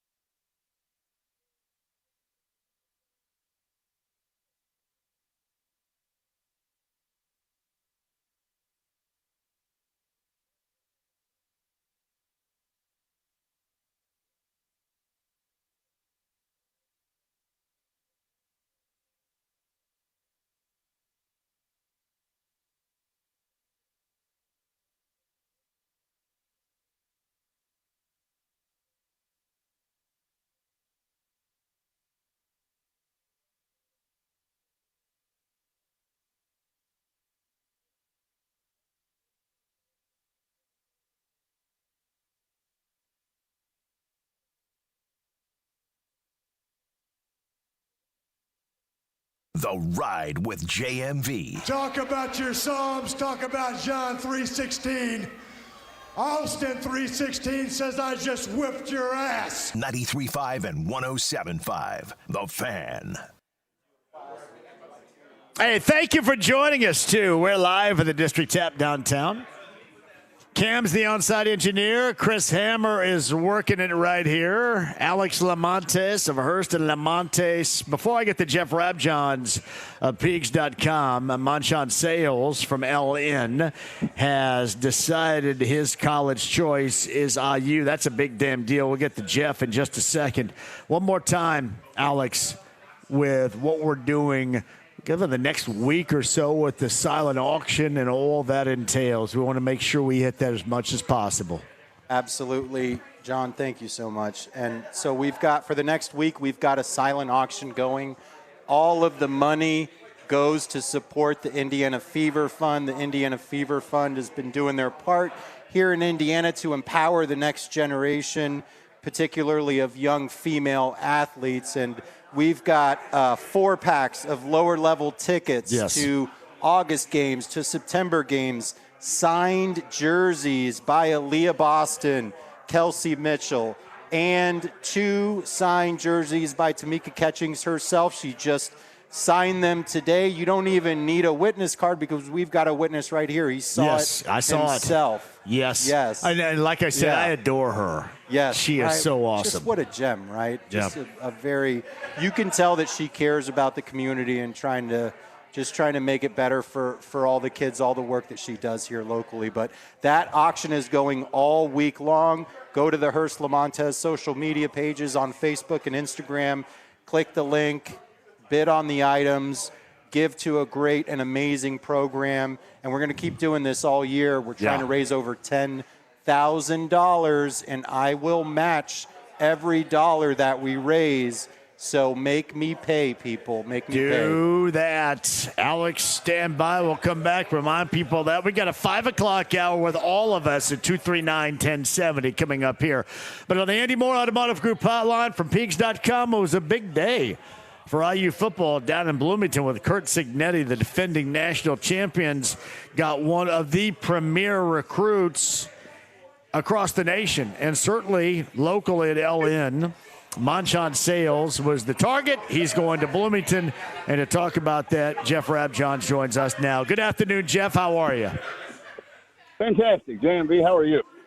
How did all the dialogue entail with getting Sales? What ultimately sold him on Curt Cignetti? And there's so many different things, don't get me wrong, and a lot of variables involved in this, but what ultimately sold him on that IU football program? Yeah, I don't know if it was like just one little thing specifically. I think it was a number of things. Certainly Cignetti's track record, the offense. They just put Omar Cooper, in the NFL. And obviously Mike Shanahan, the offensive coordinator, was a factor. And also, assistant wide receivers coach Eddie Burke was a big factor. He definitely did a great job building a really, really meaningful relationship with Manchan Sales, with his family, with his parents, with everybody sort of in his circle. And that's a name Indiana fans really need to know. Eddie Burke. I mean, he did a really good job. He was certainly a big factor in this. And then I think also the fact that you had Fernando Mendoza, who just went number 1 in the NFL draft. Obviously, different position. But Fernando Mendoza, even a couple of weeks ago, said, hey, look, I took a pay cut as far as what I could have gotten NIL from other schools. But I was thinking long-term. I knew Cignetti. I knew the development plan, and I picked that. And I think there was a little bit of that kind of thinking with Manchan Sales. Where am I really going to get developed? Where am I going to have a chance to be in the best position when I get to the NFL? The NIL is great. As one agent told me, NIL will make you rich. The NFL will make you wealthy. Very different deals. I think Manchan Sales, thought about that as well. But I really think this was one where, relationships were legitimately a big factor. They really, really mattered in this one because from everything I've been told, Texas offered more NIL, Ohio State offered more NIL, LSU offered more NIL, but relationships, development really sort of won the day in this one from my understanding. Jeff, this to me, again, highlights just how important having the continuity in what they do with that program from a coaching angle Because from what you're telling me right now, it seemed like that was one of the more significant roles that brought this recruit to Bloomington. Is that true? Yeah, I think that's fair to say. Again, I don't know if there's any one thing that was the singular reason, but I think it was a lot of things that added up. But certainly that was a part of it. The fact that there is stability with the coaching staff, and not just stability at IU, stability as far as these guys have been together for a while. Signetti's been doing this for a while. And Monchen Sales, his parents, everybody around him, they really kind of, from my understanding, they really kind of thought through this, and that's sort of what led to it. And it's really kind of amazing to think about the fact that, okay, Indiana got the number one receiver in the country. They've never gotten somebody who's ranked number one at their position. So that's sort of historical. It's the highest rated recruit they've ever gotten. That's kind of historical. And you start looking at the programs they beat. It's really kind of incredible when you look at it. Obviously, everybody's kind of getting caught up in the fact that the Final Five were Indiana, Ohio State, Alabama, LSU, and Texas. So, IU beat four big-time historical powerhouses at the end. But it's a little like the Indy 500. You can't win it unless you're running up front, mate. And, they had to beat schools like Notre Dame, Florida State, Michigan, Miami of Florida, people like that just to get to the Final Five. And so what Signetti, Mike Shanahan, and Eddie Burke did, it's really pretty amazing when you try to kind of put it in context. So Jeff Rabjohns, Peaks.com on the Andy Moore Automotive Group hotline. Obviously, I know of how good he is. But Monchen Sales, who committed to IU a little bit earlier today, is originally from Alabama, correct? Yeah. In fact, at one point in time when he was growing up, his nickname was Bama. No, how long has he been at LN? Well, he's been in Indiana for a number of years now. Okay, the reason why I'm asking, I didn't know how much connection he might have, because one of my favorite all-time dudes is Omar Cooper Jr., who obviously has blossomed into a first-round selection NFL player right now. I just kind of wondered, because of that LN connection, if that had anything to do with it too. I'm sure it was also a piece of the puzzle. Same school, they know each other. Omar just, ended up being, first-round NFL draft pick. So those things certainly matter. But I do think the relationship with the staff was the biggest piece. I think that was lots of pieces to the puzzle.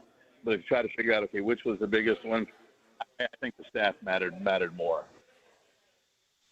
So Jeff Rabjohns at Peaks.com. He is on the Andy Moore Automotive Group hotline. Is there any comps out there to Monchen Sales from players, present-day players that we know, former players that we know at that position of wide receiver?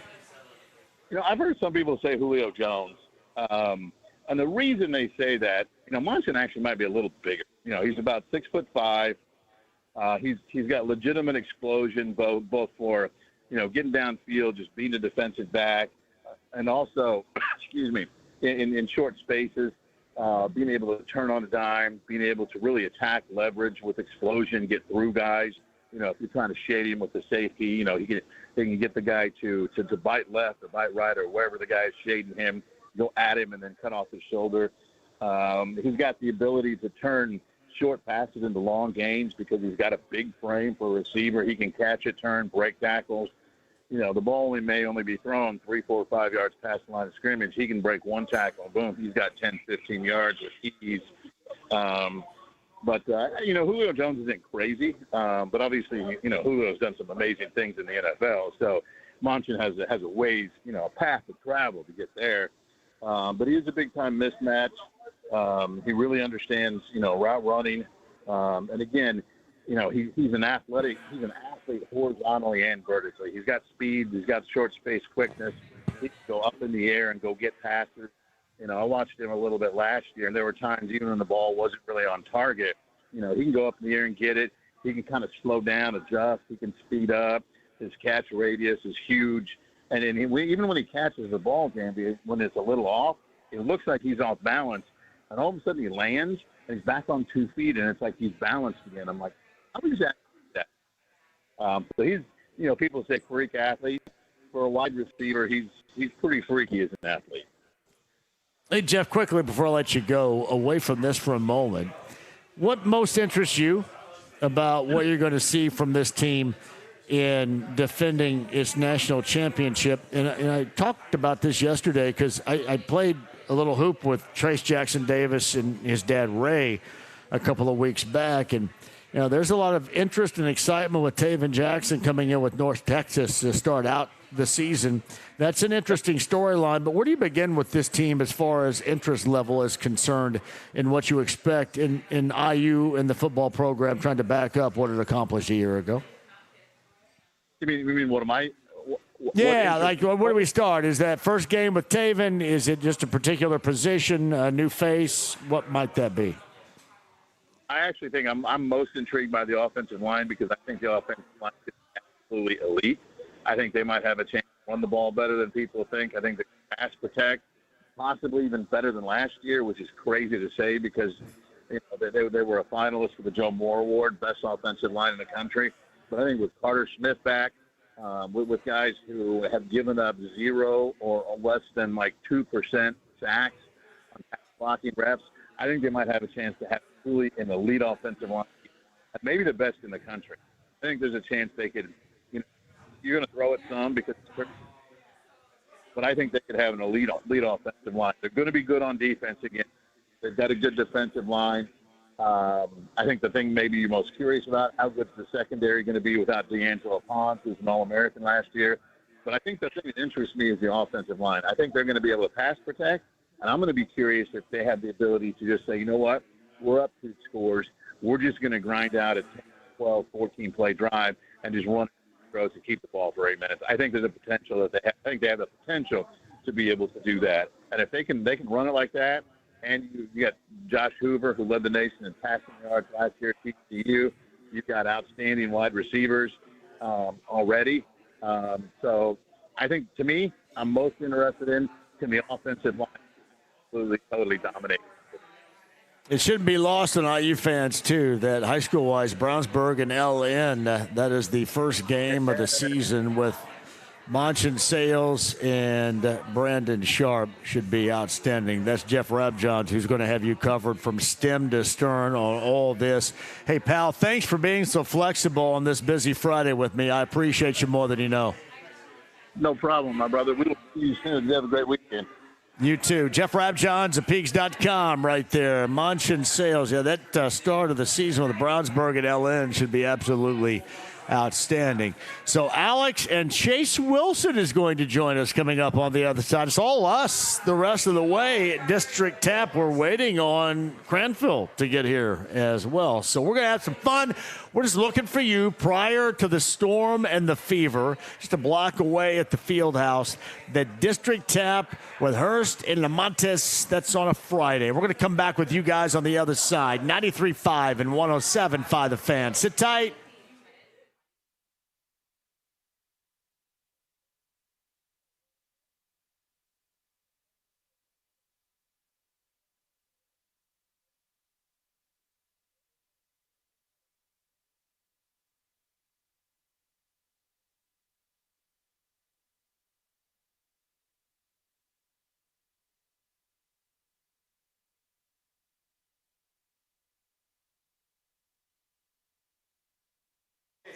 Hey, John, for Andy Moore, Buick GMC, 131st State Road 37. That is in Fishers. His name is Eric Wilson. If you're looking for a new set of wheels, most popular automaker out there, Buick, the Enclave is awesome. Various styles that will suit you and your bank account. So the inventory they have for you.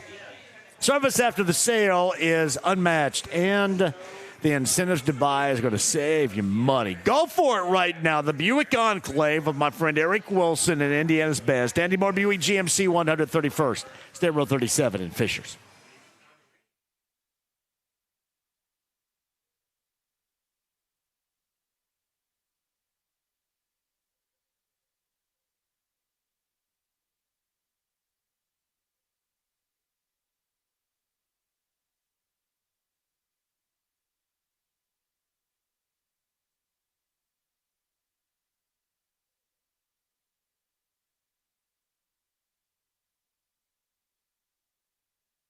That's Connecticut Water Systems. Joe and the gang are back here, too. And here's what's great about it. I'll give you the best testimony of all time. So I live on a well in Morgan County. Can you imagine how bad my water is? And they transformed that at Connecticut Water Systems into superior.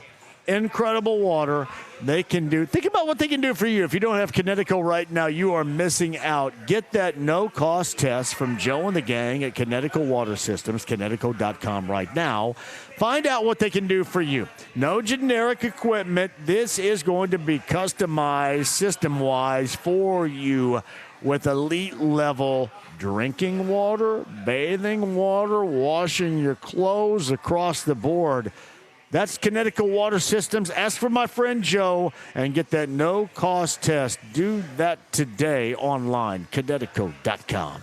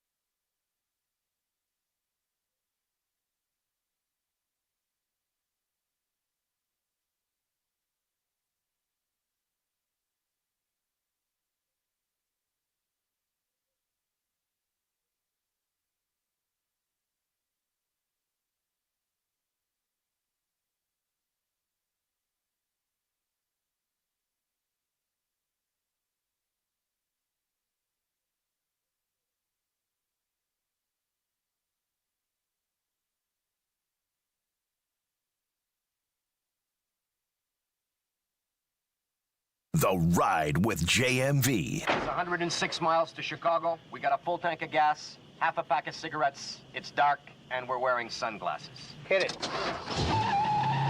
93.5 and 107.5. The Fan. District Tab downtown, just a block from the field house. Storm Fever later on tonight. Tamika Catchings is in here a little bit earlier. Good to see you, pal. Thanks for joining us. You guys come out and hang out before the game. Good to see you, pal. Brett Floyd right now. Brett Floyd's coming July the 29th. That's a Wednesday, Everwise Amphitheater. The cover band, the best cover band is what they say of all time for Pink Floyd classics. Brett Floyd. Let's go right now, James. Let's do number 20 on the text line. at 317-239-1070. Number 20 on the text line for Britt Floyd, 317-239-1070. Again, that is on the 29th of July at Everwise Amphitheater. Number 20, 317-239-1070. Can check out Britt Floyd if you're a fan of Pink Floyd.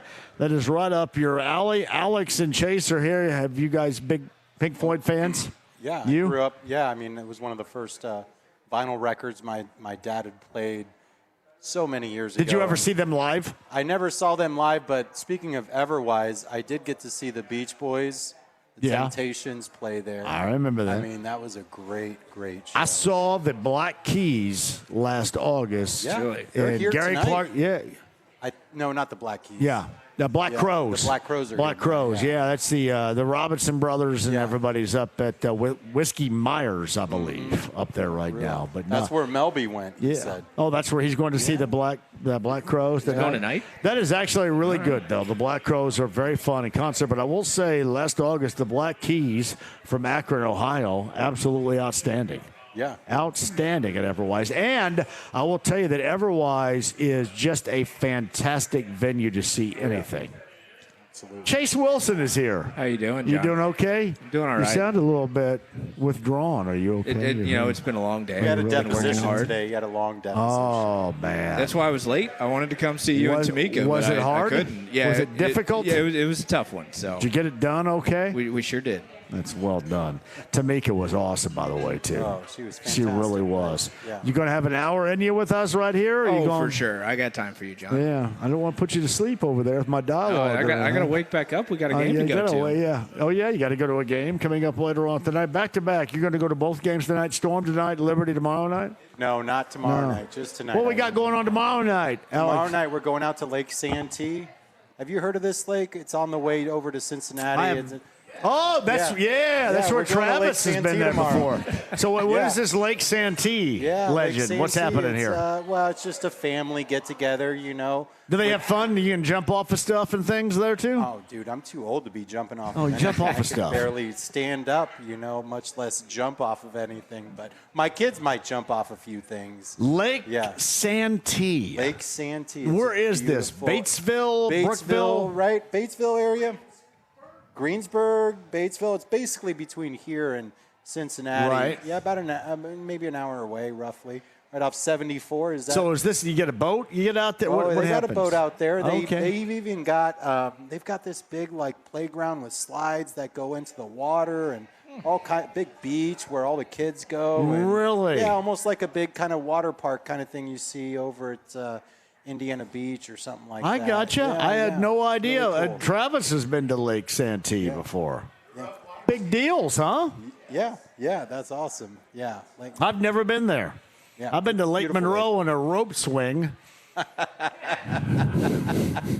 What's the biggest lake down there in Greene County? Well, I mean, Lake Monroe is right there. You know, right back there. in the day, Lake Monroe had something called the Zoom Flume, which that? was a water slide, but it was cement. Yeah. A cement water slide. What? So you had the biggest body strawberries of all time going That down can't on that feel thing. good. A cement. man. It was on the side of a hill off of 446, just outside of Bloomington.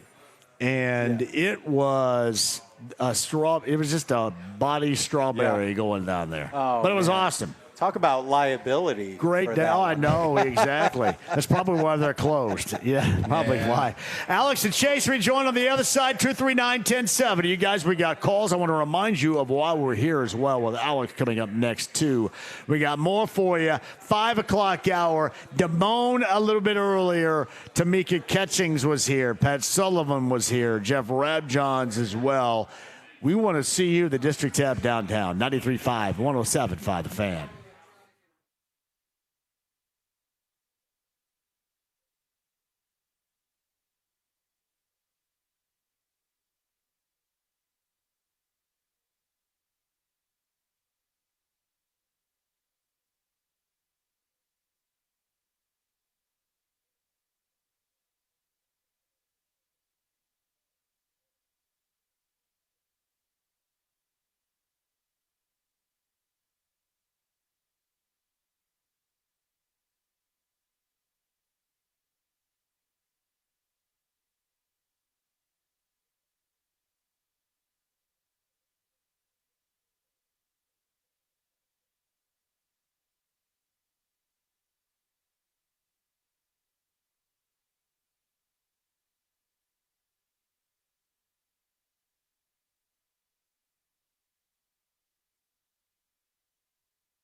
Hey, John here for Premier Weight Loss. It has worked outstandingly for me. It will do the same for you. That's PWLindy.com with Thomas and Lauren and Samantha.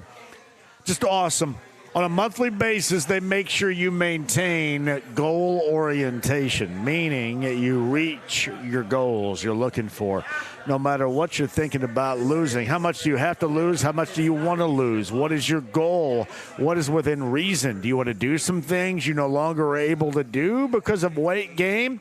Feeling better, being more healthy? All of those are good reasons, and that's why you get started right now. And save while you get started with Premier Weight Loss. Tell them I sent you. PWLindy.com. Also ask them about Botox, the skin tightening, and electronic toning. Those are cosmetic measures that they take to help you as well. It's incredible stuff. It really is. Premier Weight Loss, 2 locations, Fishers and on the north side of Indy. Again, tell them I sent you. PWLindy.com.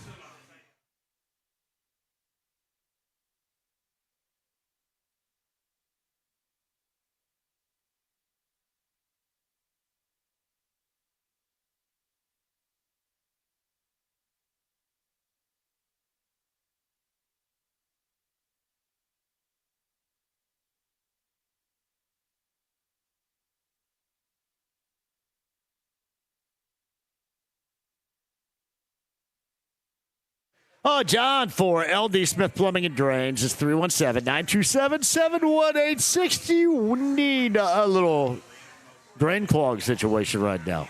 Got to rectify. Lance and his local team are the best. And here's what's weird, right? Some places it's not pouring rain. Other places it is. And that can so compromise your situation. You don't want it. You want to make sure you're clog free and the water is not anywhere in the general vicinity of your home and its foundation. Or, simply put, where it should not be. That's where you go with the best. That's Lance and his local team at LD Smith Plumbing and Drains, and especially remember them in case of any plumbing emergency. 317-927-7186 online. That's ldsmithplumbing.com.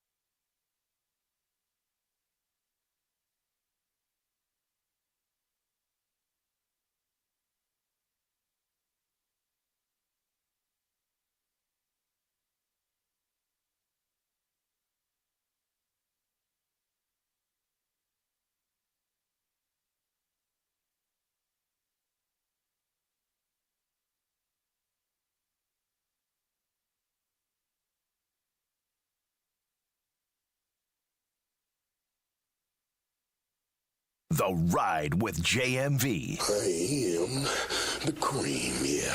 The cream of the crop.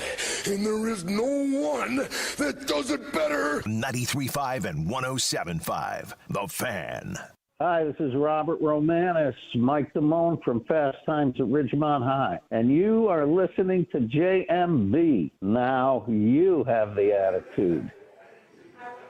Oh, James, that's so awesome right there. Damone, I've got the attitude. I've always had the attitude, but I really got the attitude now. Robert Romanis is in town with Days of the Dead. It's a celebration of what mostly is horror films going on over at the Marriott East this weekend. They give you a great example, along with Robert, his presence over there. Stephen Dorff, if you remember him. He was most notably for me as a part of Judgment Night, the film with Emilio Estevez, Jeremy Piven.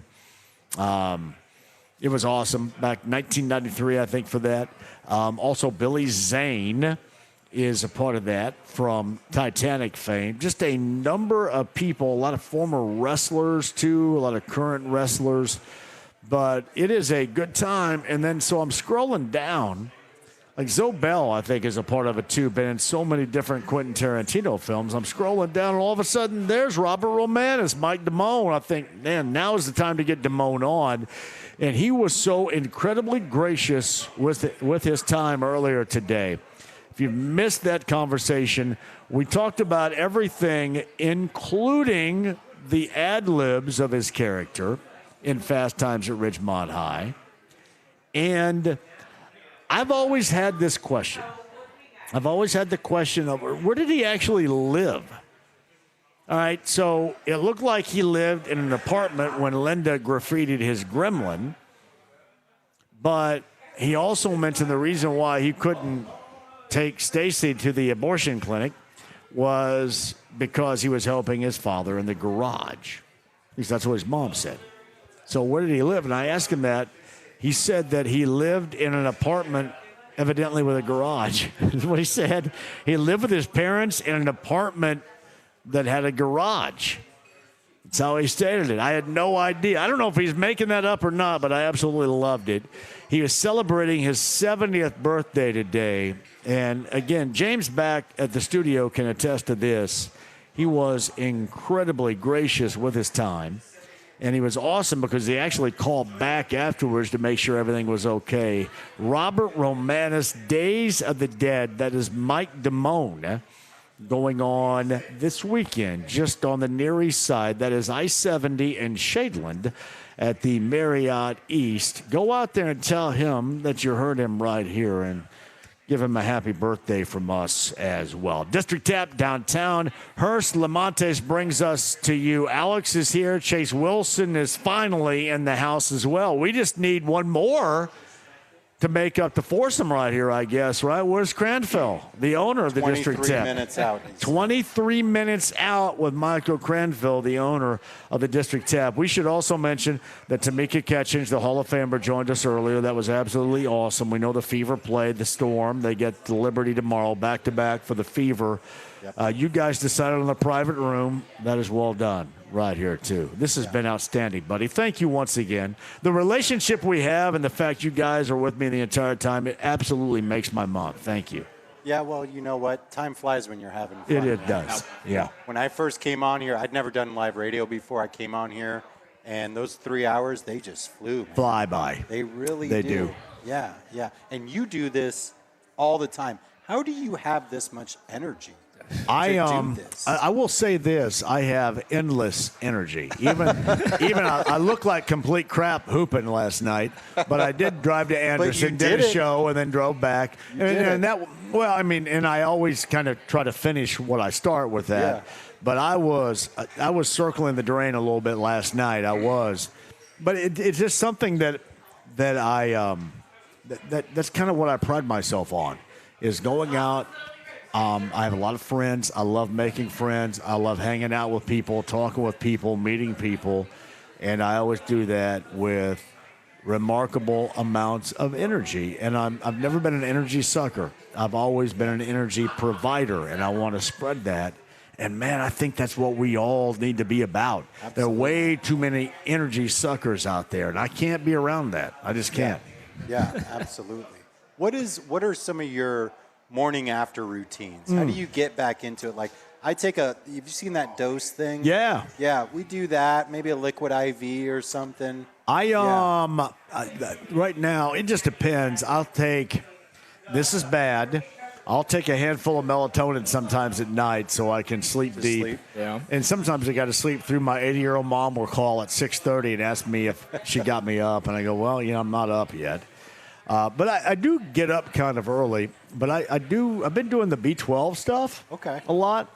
And I have, you probably see me, I don't know where it is. Oh, yeah, my cooler is back there. That has some, like, drinks, energy-inspired drinks in it as well, if I need it. So just in case. But that's kind of where I go. But for the most part, my inspiration is now, because I'm down 80 pounds, and simply put, I just have a lot more energy than I've ever had. And I mean ever had, even at the age of 56 and a half right now. Things don't hurt either, right? No, well, your knees, your ankles, like not as much. Not as much. I mean, this other stuff is all going on, and it's a lot different now. So, and for the better.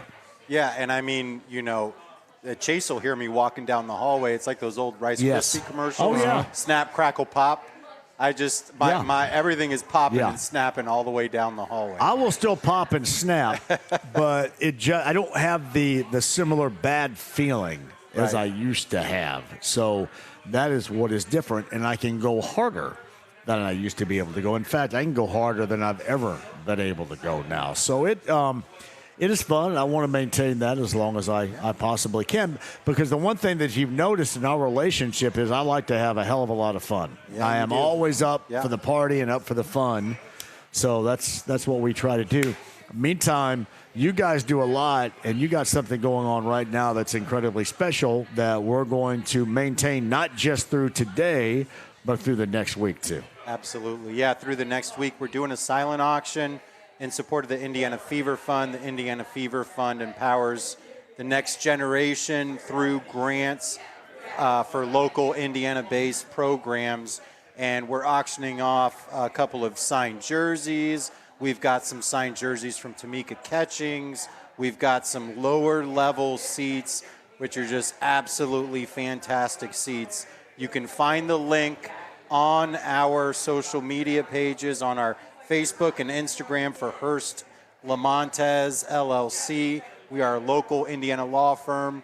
We've been here for over 50 years doing nothing but helping Hoosiers and their families deal with some of the toughest times in their life. Just like Chase Wilson, who's sitting here, did it today for hours at a deposition representing a family whose son, whose brother, whose dad was killed. Yeah. And that's what we do, And so we do it every day, and now we're out here doing it for the Fever Fund. Hopefully we can raise some money, and if we can, I'm going to match it. So I will be there every step of the way. I'll make sure that we maximize every financial benefit that we can for the Fever Fund and do the best that we can. Where do you guys find the energy? Alex, you and Chase both. Yeah. Love what we do. Yeah. Yeah. And if you love what you do, see, that's it. you won't That's work a it.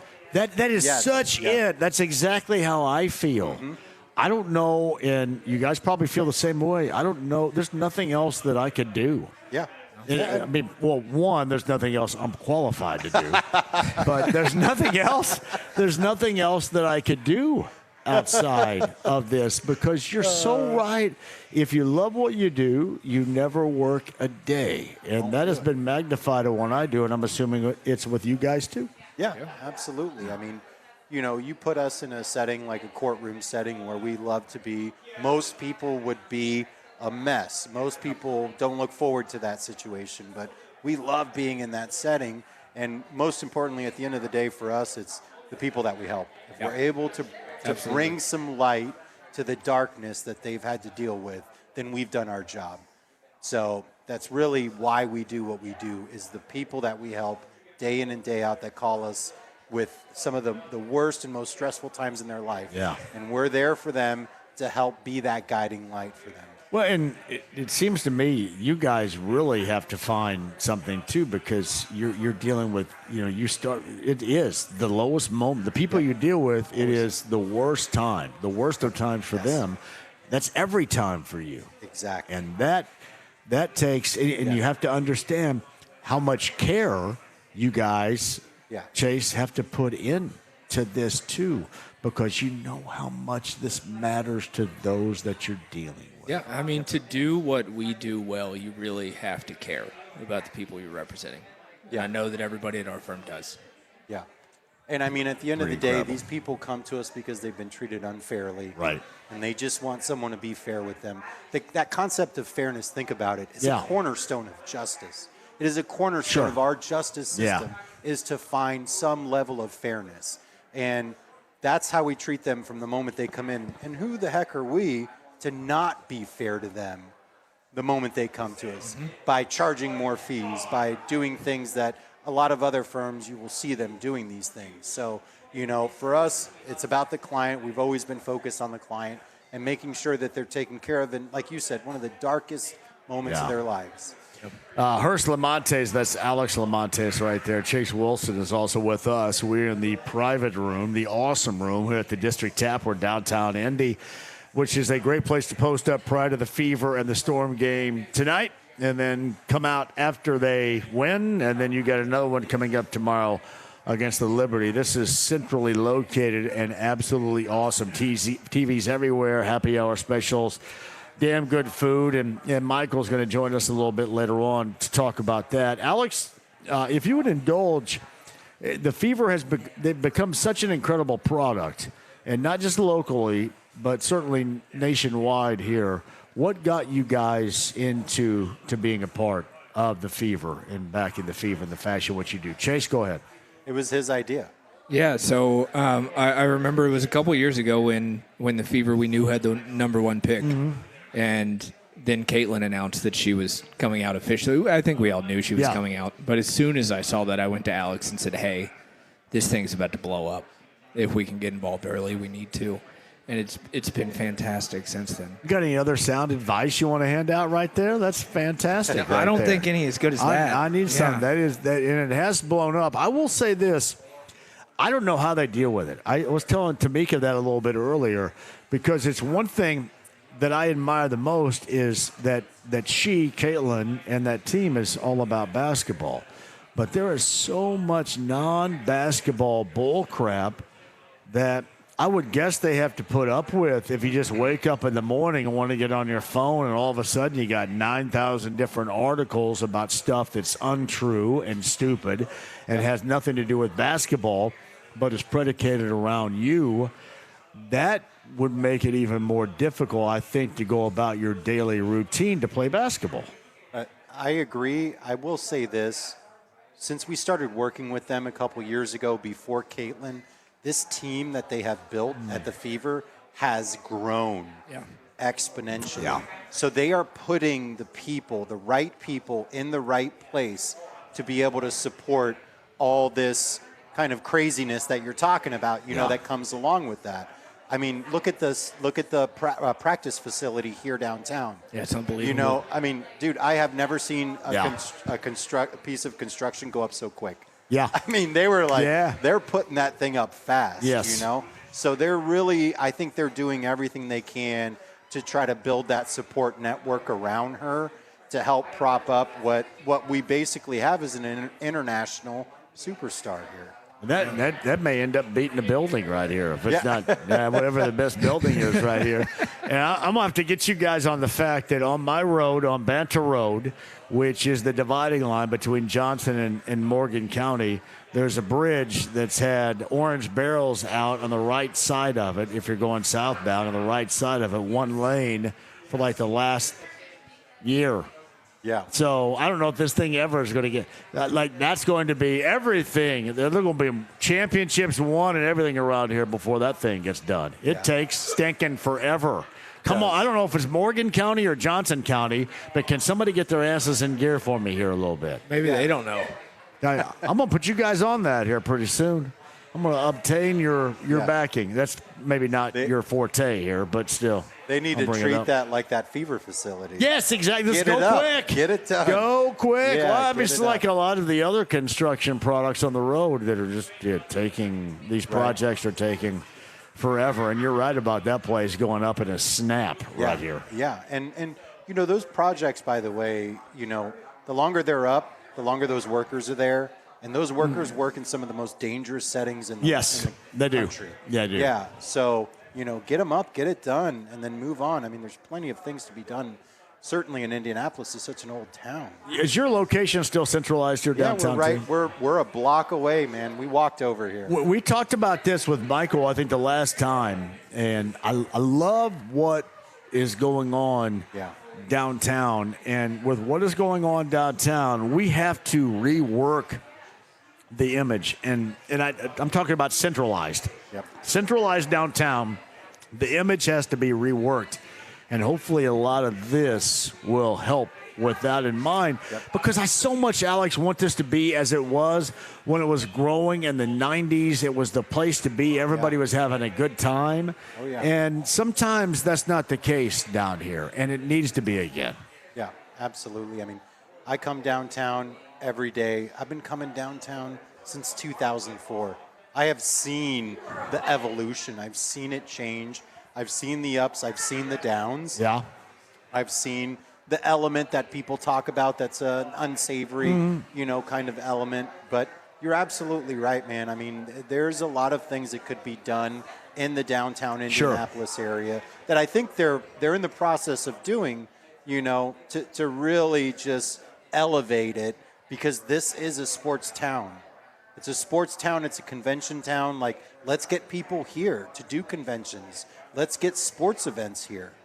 You know? I think about it from this standpoint, too. I think that we get covered up by way too many agendas.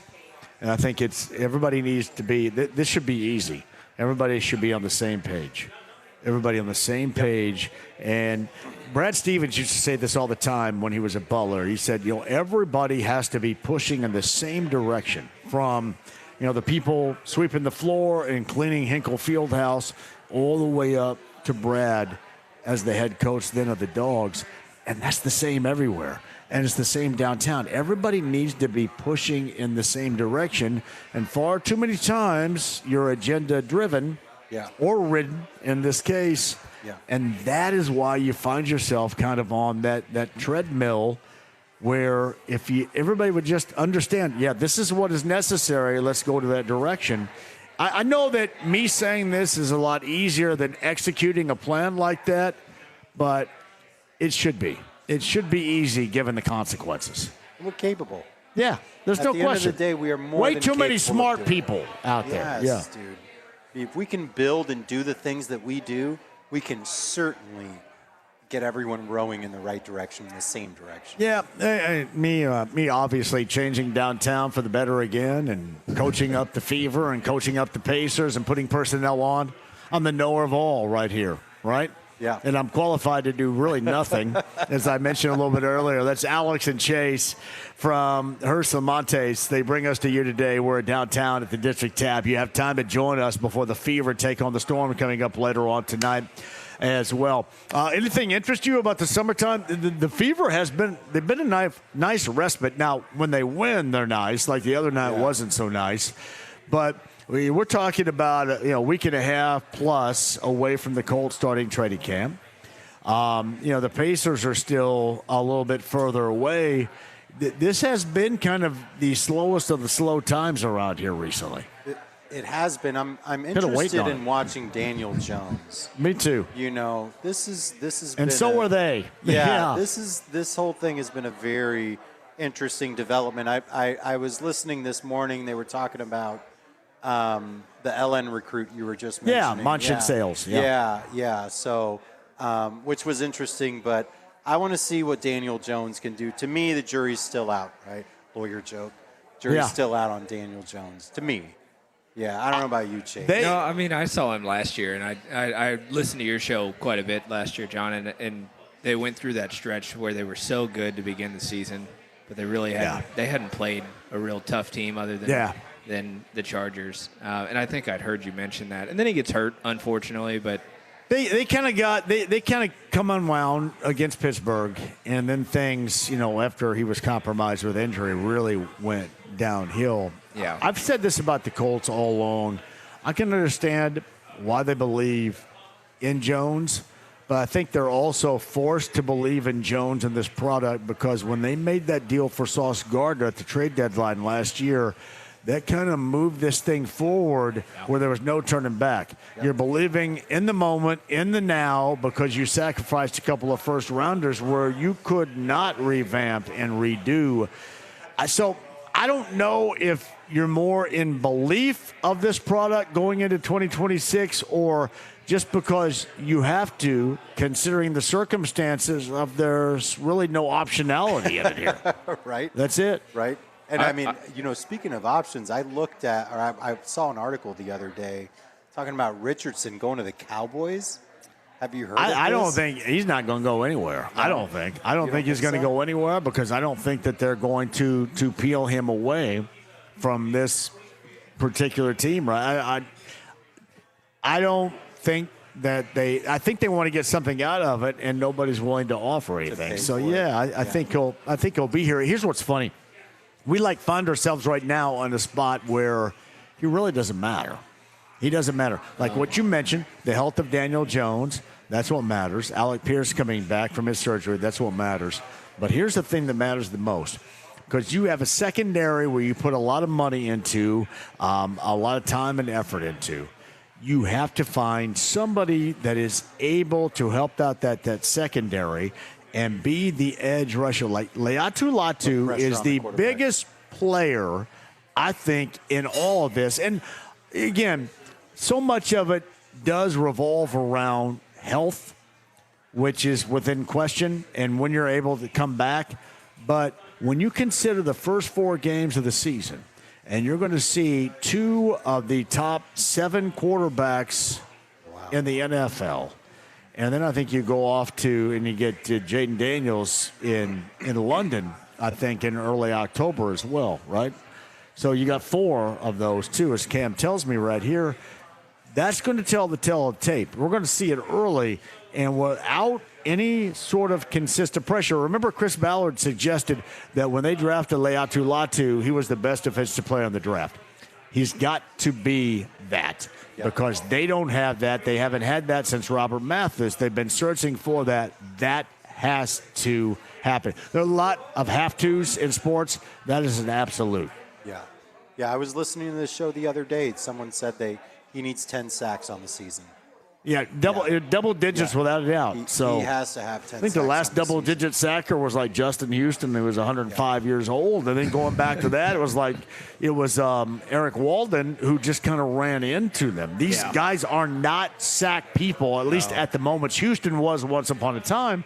Yeah. But they don't have that, and that is necessary to win at the highest of levels in the NFL.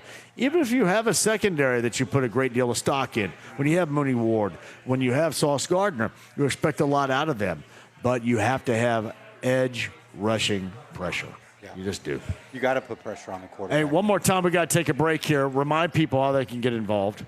Yeah, absolutely. If you go to the Hearst Lamontes Facebook page and Instagram page, you will see a link. We are raising money for the Fever Fund. We are auctioning off lower level seats, fantastic, amazing seats. We are auctioning off signed jerseys from Tamika Catching, jerseys from Tamika and jerseys from Aaliyah Boston and Kelsey Mitchell. So all of it goes to the Indiana Fever Fund, and every penny that we raise, I will be matching it myself. My man. That is awesome. We'll remind people about that. You guys hang out for a little bit longer here.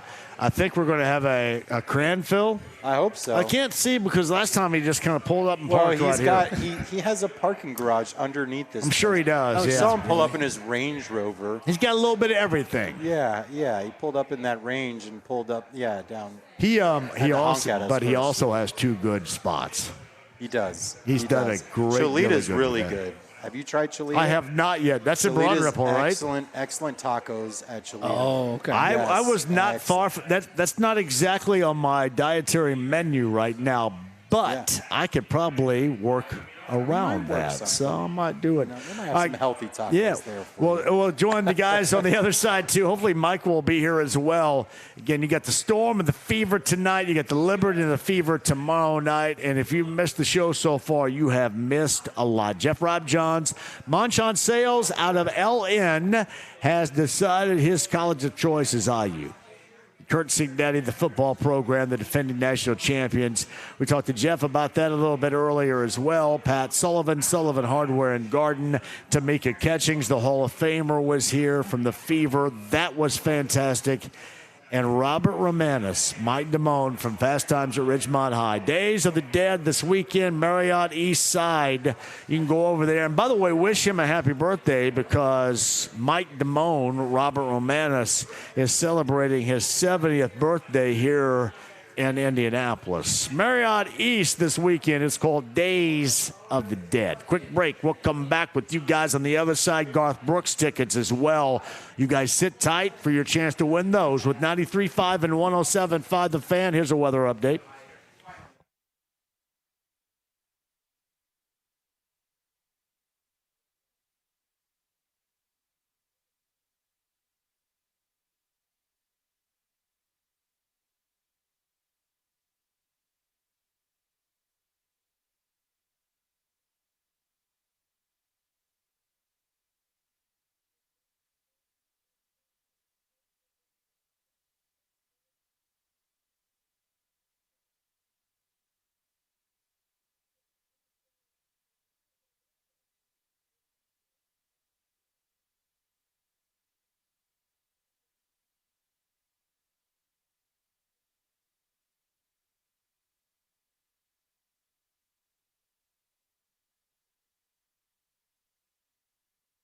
Hey, the best in realty, Mark Dietel, Mark Dietel Realty, 317-755-4232. That's markdietel.com, markdietel.com. Today, downsizing, upgrading makes no difference. You got to go with the best. Whether your kids are off to college, you don't need all the space, or if you have a growing family, I say this all the time. Mark Dietel is the most versatile out there, getting you exactly what you want with your situation, what you need from your situation at 317-755-4232. Mark Dietel is the only real estate expert I trust and recommend with the sale of my home. Mark Dietel guarantees your home sold at a mutually agreed upon price and deadline, or he will buy it. Pick your move date. There are no long-term contracts, and you can cancel at any time. I'm telling you, the best in the business. So if you need them right now, great. If you don't, make sure you write this number down because at some point you will. Mark Dietel Realty, 317-755-4232. That's markdietel.com, markdietel.com today.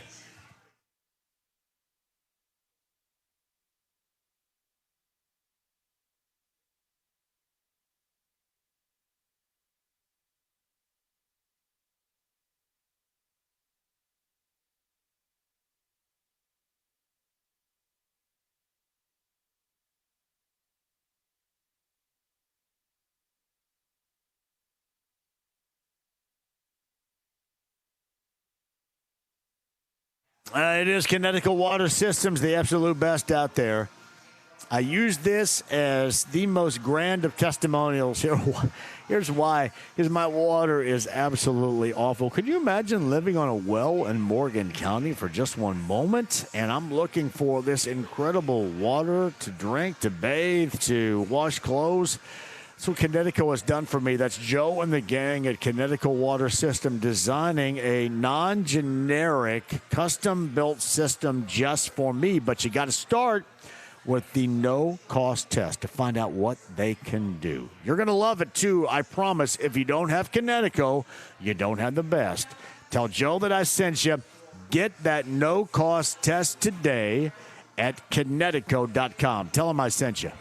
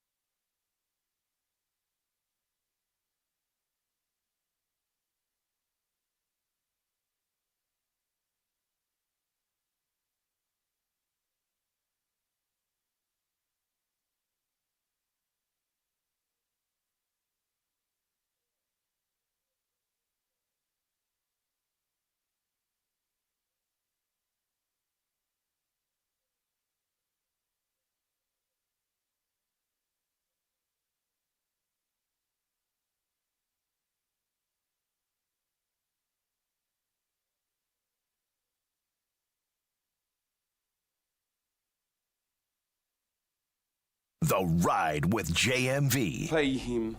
Pay that man his money. 93.5 and 107.5. The Fan. Oh, this is how long has this been going on?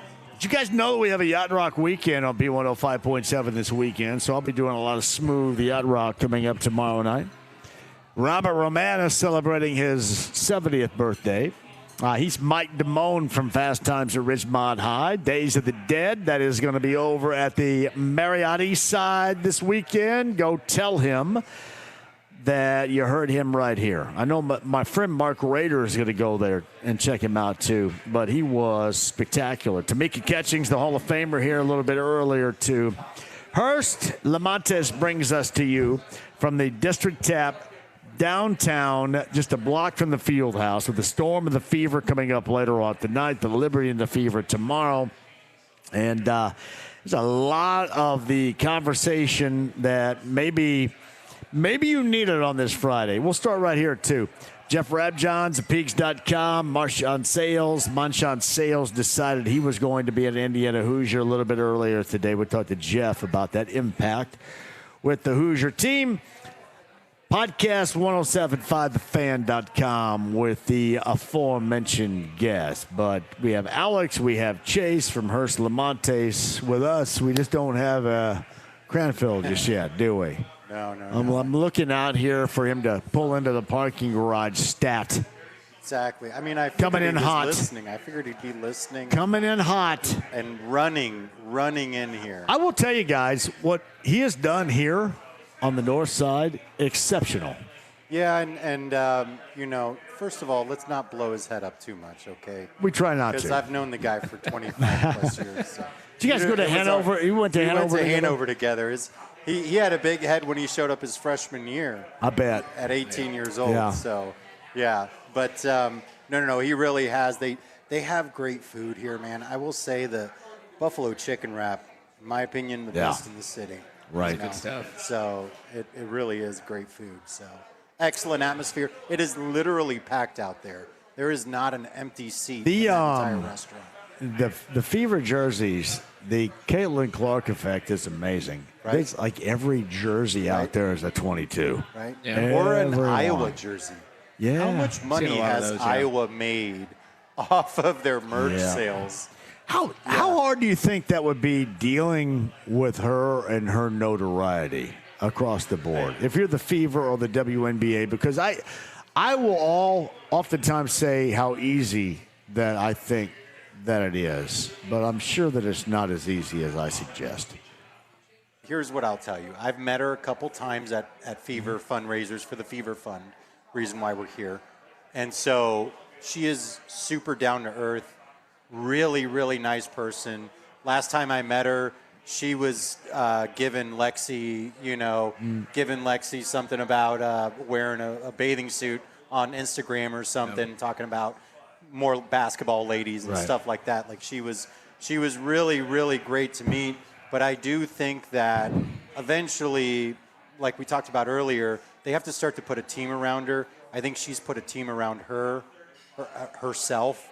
I have seen a difference between when I first started working with the Fever. For example, we get some autographed merchandise. Yeah.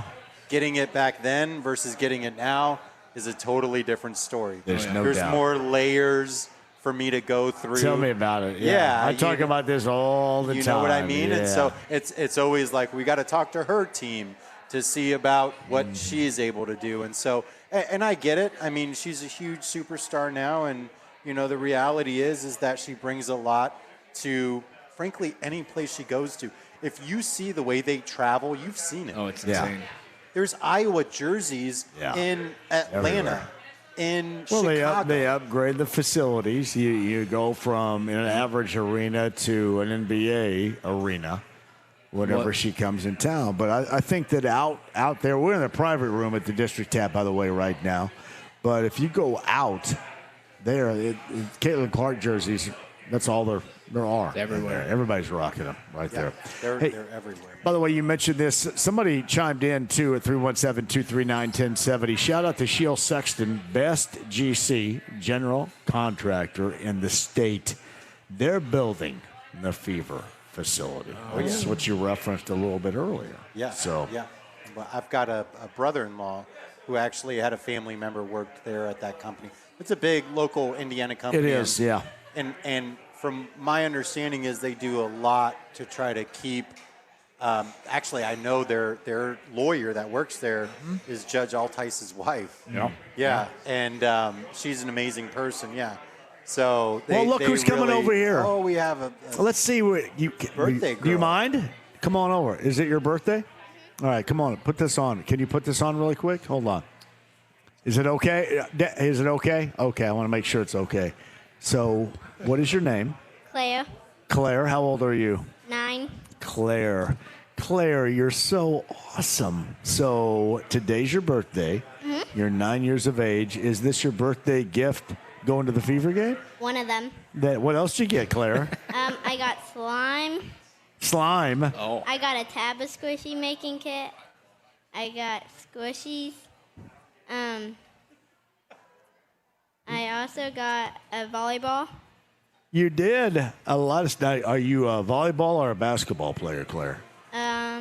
Both. That's great. Now, are you a big Caitlin Clark fan, or I'm trying to see the jersey? What? You're rocking a Lexi jersey right there, huh? You like Lexi, do you? Yeah. That is awesome. How many Fever games have you attended? This is my first one. That's your first one. That's awesome, Claire. Now, where do you go to school, Claire? Is it okay if I ask that? Okay. St. Barnabas. Oh, Southside, Claire. Barnabas, Southsider. So, Claire, does that mean Claire's going to Roncalli? Or Perry, or Roncalli, or Claire, you want to go to Center Grove? Yeah. I'll have to introduce Claire to Lainey sometime. Lainey goes to Center Grove. That's my daughter, Lainey, who's a little bit older than you. She's 16. Okay. Yeah. So, and she's, I think, working right now at Kopeski Car Wash down there so, for a summer job right now. But, Claire, that's great. You go to St. Barnabas right now. So, more than likely Center Grove, but maybe Roncalli. My friends at Roncalli down there are all saying, see if Claire wants to go to Roncalli. I'm sure. That's where my son Blake went to Roncalli. So, it's great. Claire, it's great to meet you. What's your dad's name? Eric. Eric, thanks for bringing Claire. That's awesome, Thanks, Eric. Thanks for bringing Claire out. That is Alex, and that is Chase right there. Hi, This is Claire, and Claire waving to the camera because you're on camera. Hopefully that's okay. Happy 9th birthday, Claire. Happy birthday, Claire. Claire was awesome Happy right birthday. there. Well done out of Claire. Well done, Claire. Enjoy the game tonight, okay? Okay. That is Claire right now. Let's take a break. We'll come back. We'll close it out with Alex and Chase on the other side. Here's Lamontes.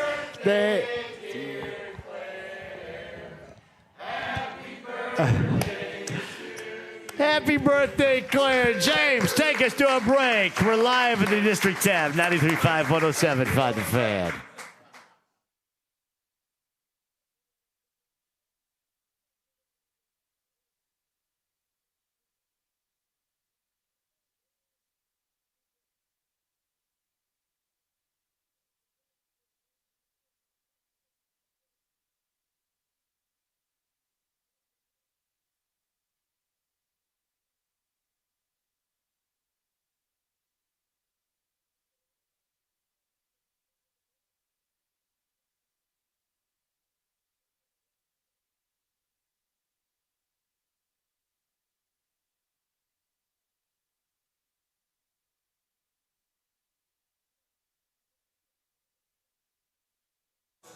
Hey, John, for Big Red Liquors, 100-plus locations, state of Indiana, one near you. That's the BigRedLiquors.com to find the location nearest you. The Red Hot deals as well. Powers the JMV Takeover every Saturday night. Tomorrow night, you guys in for a little yacht rock extravaganza for about 6 hours?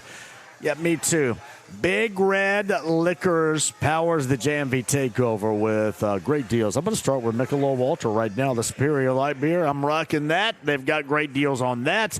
Corona and Modelo. If you're digging on the low-calorie beers, Corona Premier, Modelo Oro, 90 calories, will suit exactly what you're looking for as well. So make sure you plan out the party The atmosphere is going to be spectacular this weekend. Make sure you make that stop at Big Red Liquors. 100-plus locations, 19 new, in and around Indianapolis, and it powers the JMV takeover on B105.7. Coming up tomorrow night starting at 6 for the location nearest you. That's BigRedLiquors.com.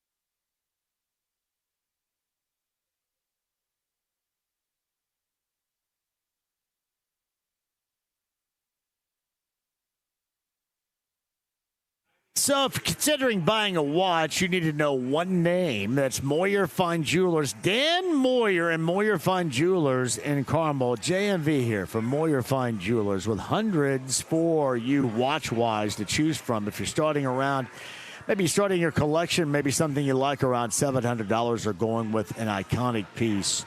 Moyer is the Midwest's most incredible collection of pre-owned Rolex.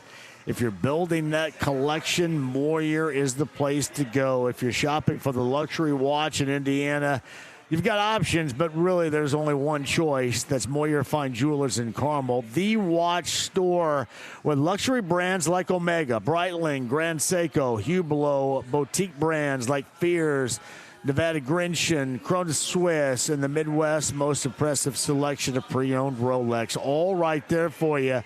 Tell Dan Moyer that I sent you to Moyer Fine Jewelers, the selection, the expertise, and the guarantees you're going to love. That's Moyer Fine Jewelers, 146th Street in Carmel, or MoyerFineJewelers.com.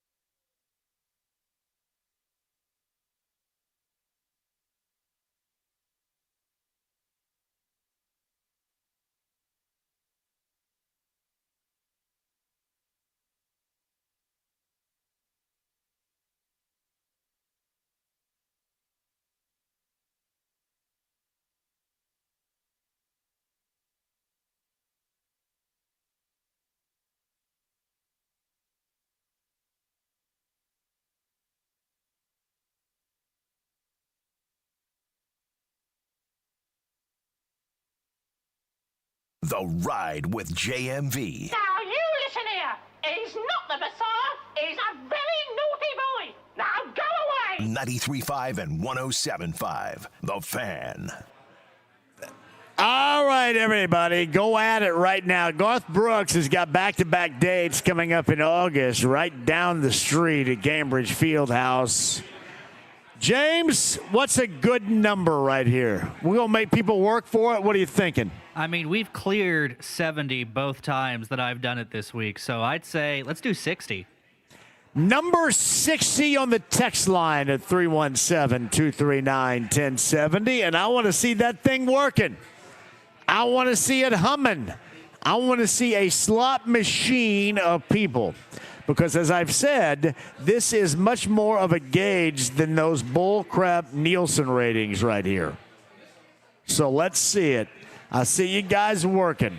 Number 60 with James at 317-239-1070. Garth Brooks, 2 nights, back-to-back nights in August, right down the street at Cambridge Fieldhouse. Look at that, Morgan. Hey, James, look at that work right here. Yeah, it's blowing Nielsen up. ratings be damned. Seriously. This is where the real people are. This is how they respond. This is what they're doing. This is what they're listening to. So my ass on the other stuff, I'm going to get really mad right here, too, because this is real. Nothing fake. Not walking in with some dorky beeper or anything like that. This is real results radio right here. Number 60, James. Garth Brooks tickets at 239-1070. Go to it right now. We're at the District Tap. We're going to go a little bit of overtime as well with Alex and Chase from Hearst Lamonte. So you don't mind, right? You guys are cool going a little overtime. Hey, go ahead, hit the mic right now just in case right there. Alex, you cool with that? Not. Yeah, I mean, I love overtime, you know. Sounds great. Get your extra minutes in. Little OT right here. And you guys are both going to the game. Chase, you going to? Yeah, whole family's coming with me. Should be a good time. Oh, you got the whole fam over there, don't you? They're right here. I didn't know they were coming to this. Look, They just surprised me. Yeah. Right there. So, any thoughts? You guys Garth Brooks fans, by the way? Well, I was going to ask you how many friends in low places you had. Here's what's funny. At many, blame it on my roots. I showed up in boots and ruined your black tie affair. That's really about the only lyrics I know from Garth Brooks, but I do know that this is incredibly popular. I'm watching this thing work right now. Yeah. It is like a slot machine of people. You know, John, chiming I was in the queue this morning at 9:30. The tickets went on sale at 10, and by the time it flipped over to the queue, crazy. I was 18,000th in line. That's nuts. You know what, Chase? It's funny. This may even surpass our most popular giveaway so far has been Morgan Wallen. And that was at Lucas Oil Stadium. This is even more than that. It is crazy. And when I mention this, some people think it's in jest, and it's not. The Nielsen ratings, it's bullcrap because I actually see, guys, how many people are listening by virtue of doing this. It is incredible, the amount of people that are listening right now, because it is just nonstop. That is what is real, and that's what tells me what we do absolutely works. It gets out to people, and that's why we're here. Absolutely. I mean, what a great concert. Garth Brooks. When's the last time Garth came here? Well, he was in South Bend. I think he did Notre Dame like last year, I think. Okay. I don't know when it's been here, but he is one of the, if not the guy, certainly in country music. Hey, before we go, I know we got a little extra time. We're waiting on Cranfield to get here, the owner of the District Tap. A little overtime afterwards. But remind people again what we're doing for the next week or so, Alex. Absolutely. For the next week, if you go to our social media pages, you will find some links to our online silent auction. We are auctioning off jerseys, signed autographed jerseys. Jerseys autographed by Tamika Catchings.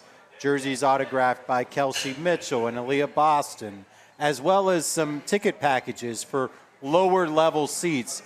All of the money that we raise goes directly to the Fever Fund. The Fever Fund is empowering our next generation. They're giving a lot of money, a lot of grants to local organizations that really, really need the support to help support our young women and our young girls here in our Indiana community. Like And- Claire, who was Yes. just here a little bit earlier. Exactly, just Yeah. like Claire, just like Chase's daughter right there. Yeah, Indiana. So, cool name, right? Yes. Yeah. So, Yep. yeah. Yep, But, yep, yep, yep. but absolutely, man, we are here. You will find us online. We have the link live. The auction is going for the next week, and you can bid on the items, and I will be matching the money that we beautiful. are able to raise, so that way we can really double our impact. With the Give one more time how they can get there and make their bids and such. Absolutely. Just go to the Hearst Lamontes Facebook page or Instagram page. You will find a live link right there. Click on that link.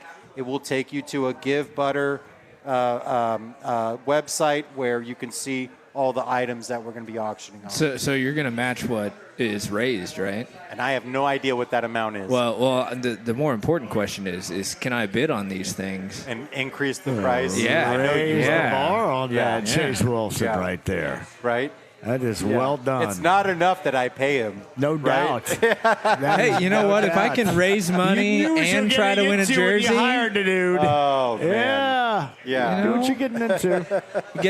you know how I love signed jerseys. If I can try to win a signed jersey and make you Yeah. donate more, that's great. Yeah. All right, guys, I do have to ask you, Alex, especially since you went to college with him, what are the odds that Cranfield gets here before the end of the show? I don't know. He texted me.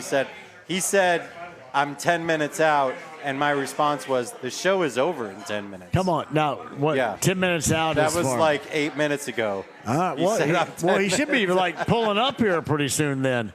I will say this, James. How much time do we have on the other side? We do have a little bit of extra time, don't we? Well, we are going to about 6:05, so after the break, you'll have like 3 minutes. All right, Cranfield, you got to hustle it up. You and I, we got about 3 minutes on the other side, guys. Is that cool? We'll Yeah. take a break and we'll come back.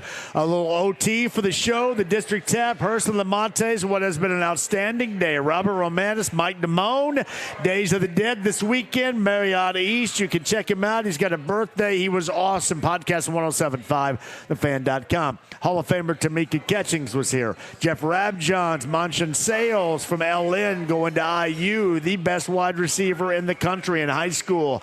That on a podcast at 1075thefan.com. Pat Sullivan, Sullivan Hardware and Garden, and Chase and Alex and me, JMV. Quick break. We'll come back. A little OT on the other side. 93.5, 1075 The Fan.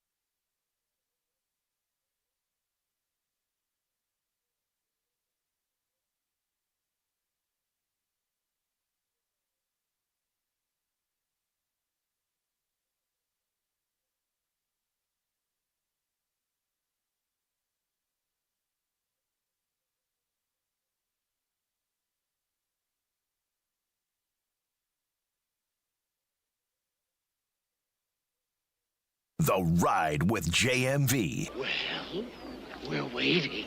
93.5 and 107.5. The Fan. Robert Romanus rejoins coming up on the other side. Mike Damone from Fast Times at Ridgemont High. We're at the District Tap. We're downtown. Hurst Lamontes brings us to you. Alex and Chase here. And, you know, Alex, we have a couple of minutes remaining here. Again, one more time. We got a week's worth of opportunities for people to get involved on something incredibly special. Absolutely. We've got a silent auction going on this week. Go to the Hurst Lamontes Instagram page, Hurst Lamontes Facebook page. You will find the link. All of the money is going to the Indiana Fever Fund. They support and empower the next generation. This is really, really important stuff. They do an amazing job here in Indiana supporting our youth here. And so we're auctioning off some really great items. There's Cranfield. Hey, man, come here. Yeah. Dude, come on, man. We're auctioning off some items the next couple weeks here, or the next week, excuse me. And so Cranfield's joining us. Hey, sit down he's here. Gonna make he's going to make a donation. 2 minutes. Look at how hot and sweaty right? and everything right here, man. It's toasty outside. Huh? Well, I can think tell. you can literally swim through the air. So, hey, what we got going on here? Tell everybody stuff. You got 2 minutes. I got 2 minutes to talk. The floor is yours, pal. Let me know. Well, hey, beautiful. It's not raining right now, so beautiful time downtown.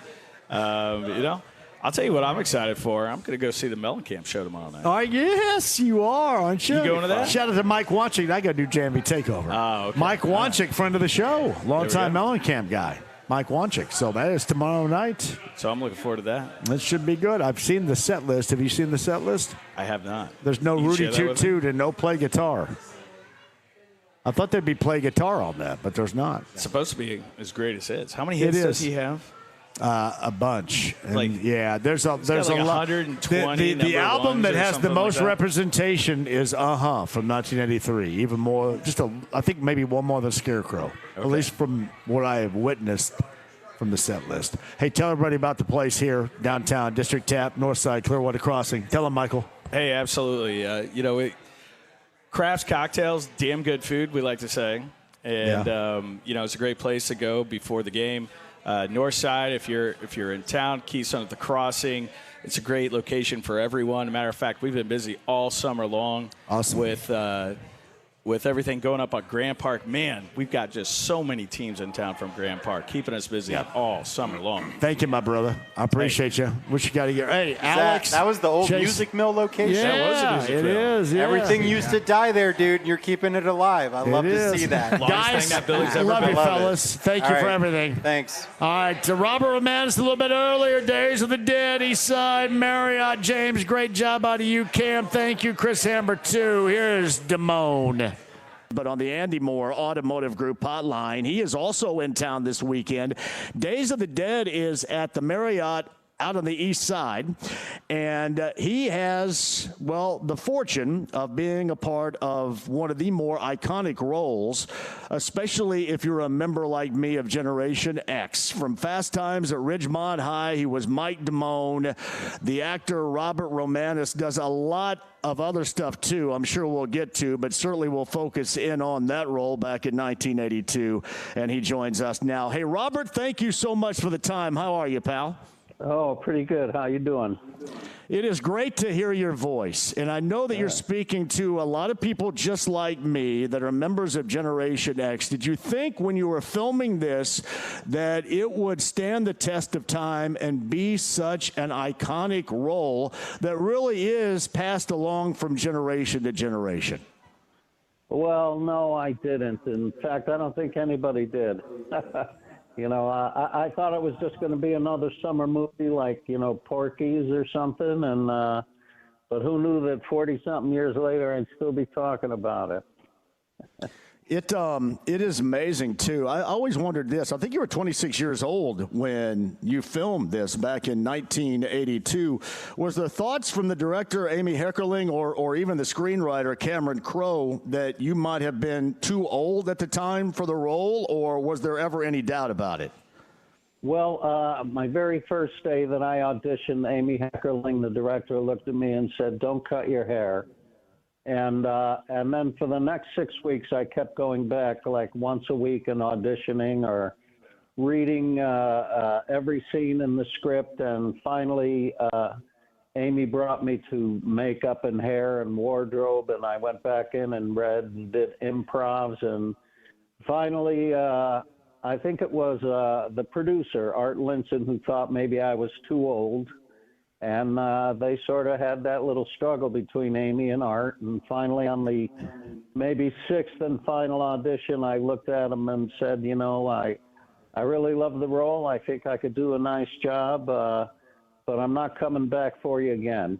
And right then and there, the producer said, well, welcome aboard.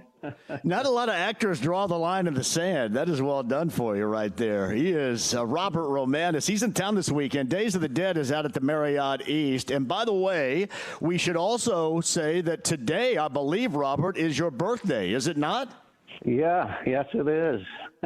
Well, happy birthday to Robert Romanus, Mike Damone, on his 70th birthday today. Oh, my celebrating. God. Hey, was I supposed to say that? I should have said 26. Yeah. My fault. Yeah. No, I'm very happy to have made it to 70. So host of the show, error right there.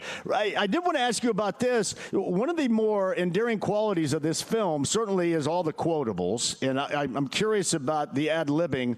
But when you saw yourself so much a part of the intro, and I know you remember, the intro has the Go-Go's and We Got the Beat. And you're basically walking into the Ridgemont Mall, which was the Sherman Oaks Mall, Galleria, I think, back in the day in Southern California. You were the main part of that. Did you realize when they were filming that you were going to be the major portion of that walkthrough and that intro for the film? I had no idea. And, boy, what a thrill. Really, for the first time, to see myself on such a big screen. It was just a little overwhelming, really, you know. It was pretty fabulous.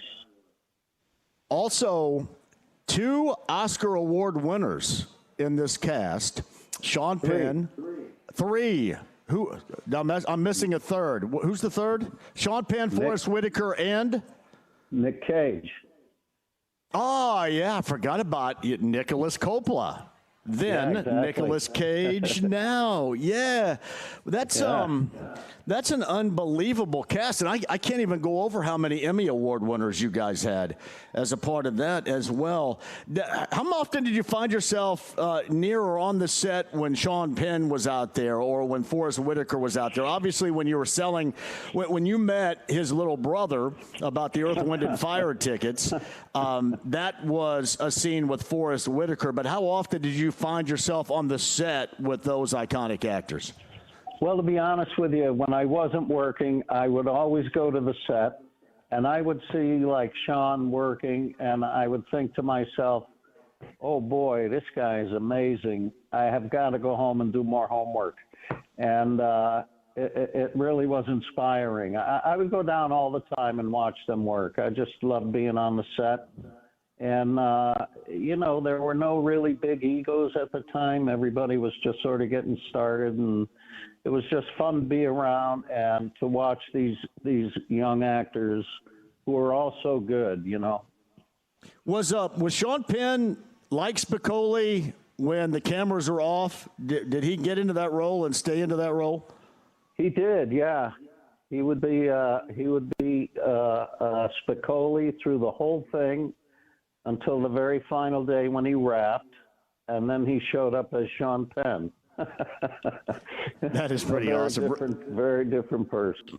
That is Robert Romanus. He's Mike Damone from Fast Times at Ridgemont High. Days of the Dead, the Marriott East here in Indy, coming up this weekend. You can meet Robert, and today is Robert's birthday as well. So one of the more famous, and this is Generation X dudes becoming men, would have been the Phoebe Cates pool scene. Obviously, you were a part of that. You were in the pool because you were an expert diver. We found that out. But did they close down the set for the coming out of the pool scene? Were you a part of that at all? Because that's what we most remember right there, because we paused it so much back during the old VHS tape day. Yeah, you can see it on the VHS. It was a closed set. So only the people who needed to be there, the director, the sound man, the cameraman, and the actors, for just that little section. And same thing with the pool house scene with Damone and Stacy. It was a very close set, just the people who needed to be there. Man, I don't know about anybody else. I was always upset when Stacy tried to put her brother Brad's swimming trunks on you in the pool house, Damone. Let me tell you. I was always offended by that. I thought, man, what are you doing, little sister, trying to put those swimming trunks on Damone? But I think about this, too. There are so many quotes in this that still stand the test of time, whether it's your 5-point plan or the attitude, ordering for your date, telling the waiter or the waitress what she wants, and then ordering for yourself. So many little things. How much of those situations, dialogue-wise, did you come up with on your own that were ad-libbed? How much of it was already in the script? Well, I'd say most of it, almost all of it, was scripted by Cameron Crowe. Really a terrific script, and there was a couple of ad libs, like the locker room scene where he's having a fight with the rat, and he leans up against the locker in the end, and he says, "I don't know what happened. I woke up in a great mood," and that was an ad lib. A couple of lines like, "Where'd you get that? Out of the hamper?" Those are some ad libs, but mostly the credit all goes to Cameron Crowe. Robert, my favorite was "This is great iced tea" before you actually took a drink of it. That was pretty awesome. And because that was such the character right there. It fit perfectly. And the other was when Judge Reinhold walked in from work, when he was up in his pirate outfit from work, you said, "Who's his tailor?" And you couldn't hear it clearly, but it was such a great line for the moment. It fit perfectly. Well, I'm not sure if I made that up or if it was in the script. I'd have to go and look, but I do remember saying it, yeah. Did you have a 5-point plan when you were growing up, or was that Cameron Crowe? All Cameron Crowe. Okay. And, I believe he told me a story when we were on the set talking one day about how after school, he went to high school when he was 22 years old. And hung out as a senior for the year with all these kids and didn't tell anyone what he was doing. He said, after school they'd all go out and they'd be having pizza and they'd be talking. And one of the guys said, "Hey, what you need is my 5-point plan." And then he went ahead and told him what his 5-point. Cameron said, "I ran into the bathroom and wrote it down on a napkin." So it's beautiful. The 5-point plan, the attitude, it all fit great. The other question I had is, did you live in an apartment or did you live with your parents? Because you came out of an apartment with your gremlin after it was graffitied by Linda, but you also were helping your dad in the garage when you didn't give the ride to Stacy. So where were you living? I was living in an apartment with my parents, and I don't know, for some reason the apartment had a garage. That's all I can think about that. I know I'm not breaking new ground on any of these questions or this dialogue right here, but it is incredible. This is stuff that I've wanted to know for like decades, Robert, right here. I appreciate you. That's great. Answering questions I've always wanted to know. No, thank you. It is great. Whatever happened to the gremlin? Well, I don't know. I guess they must have sold it.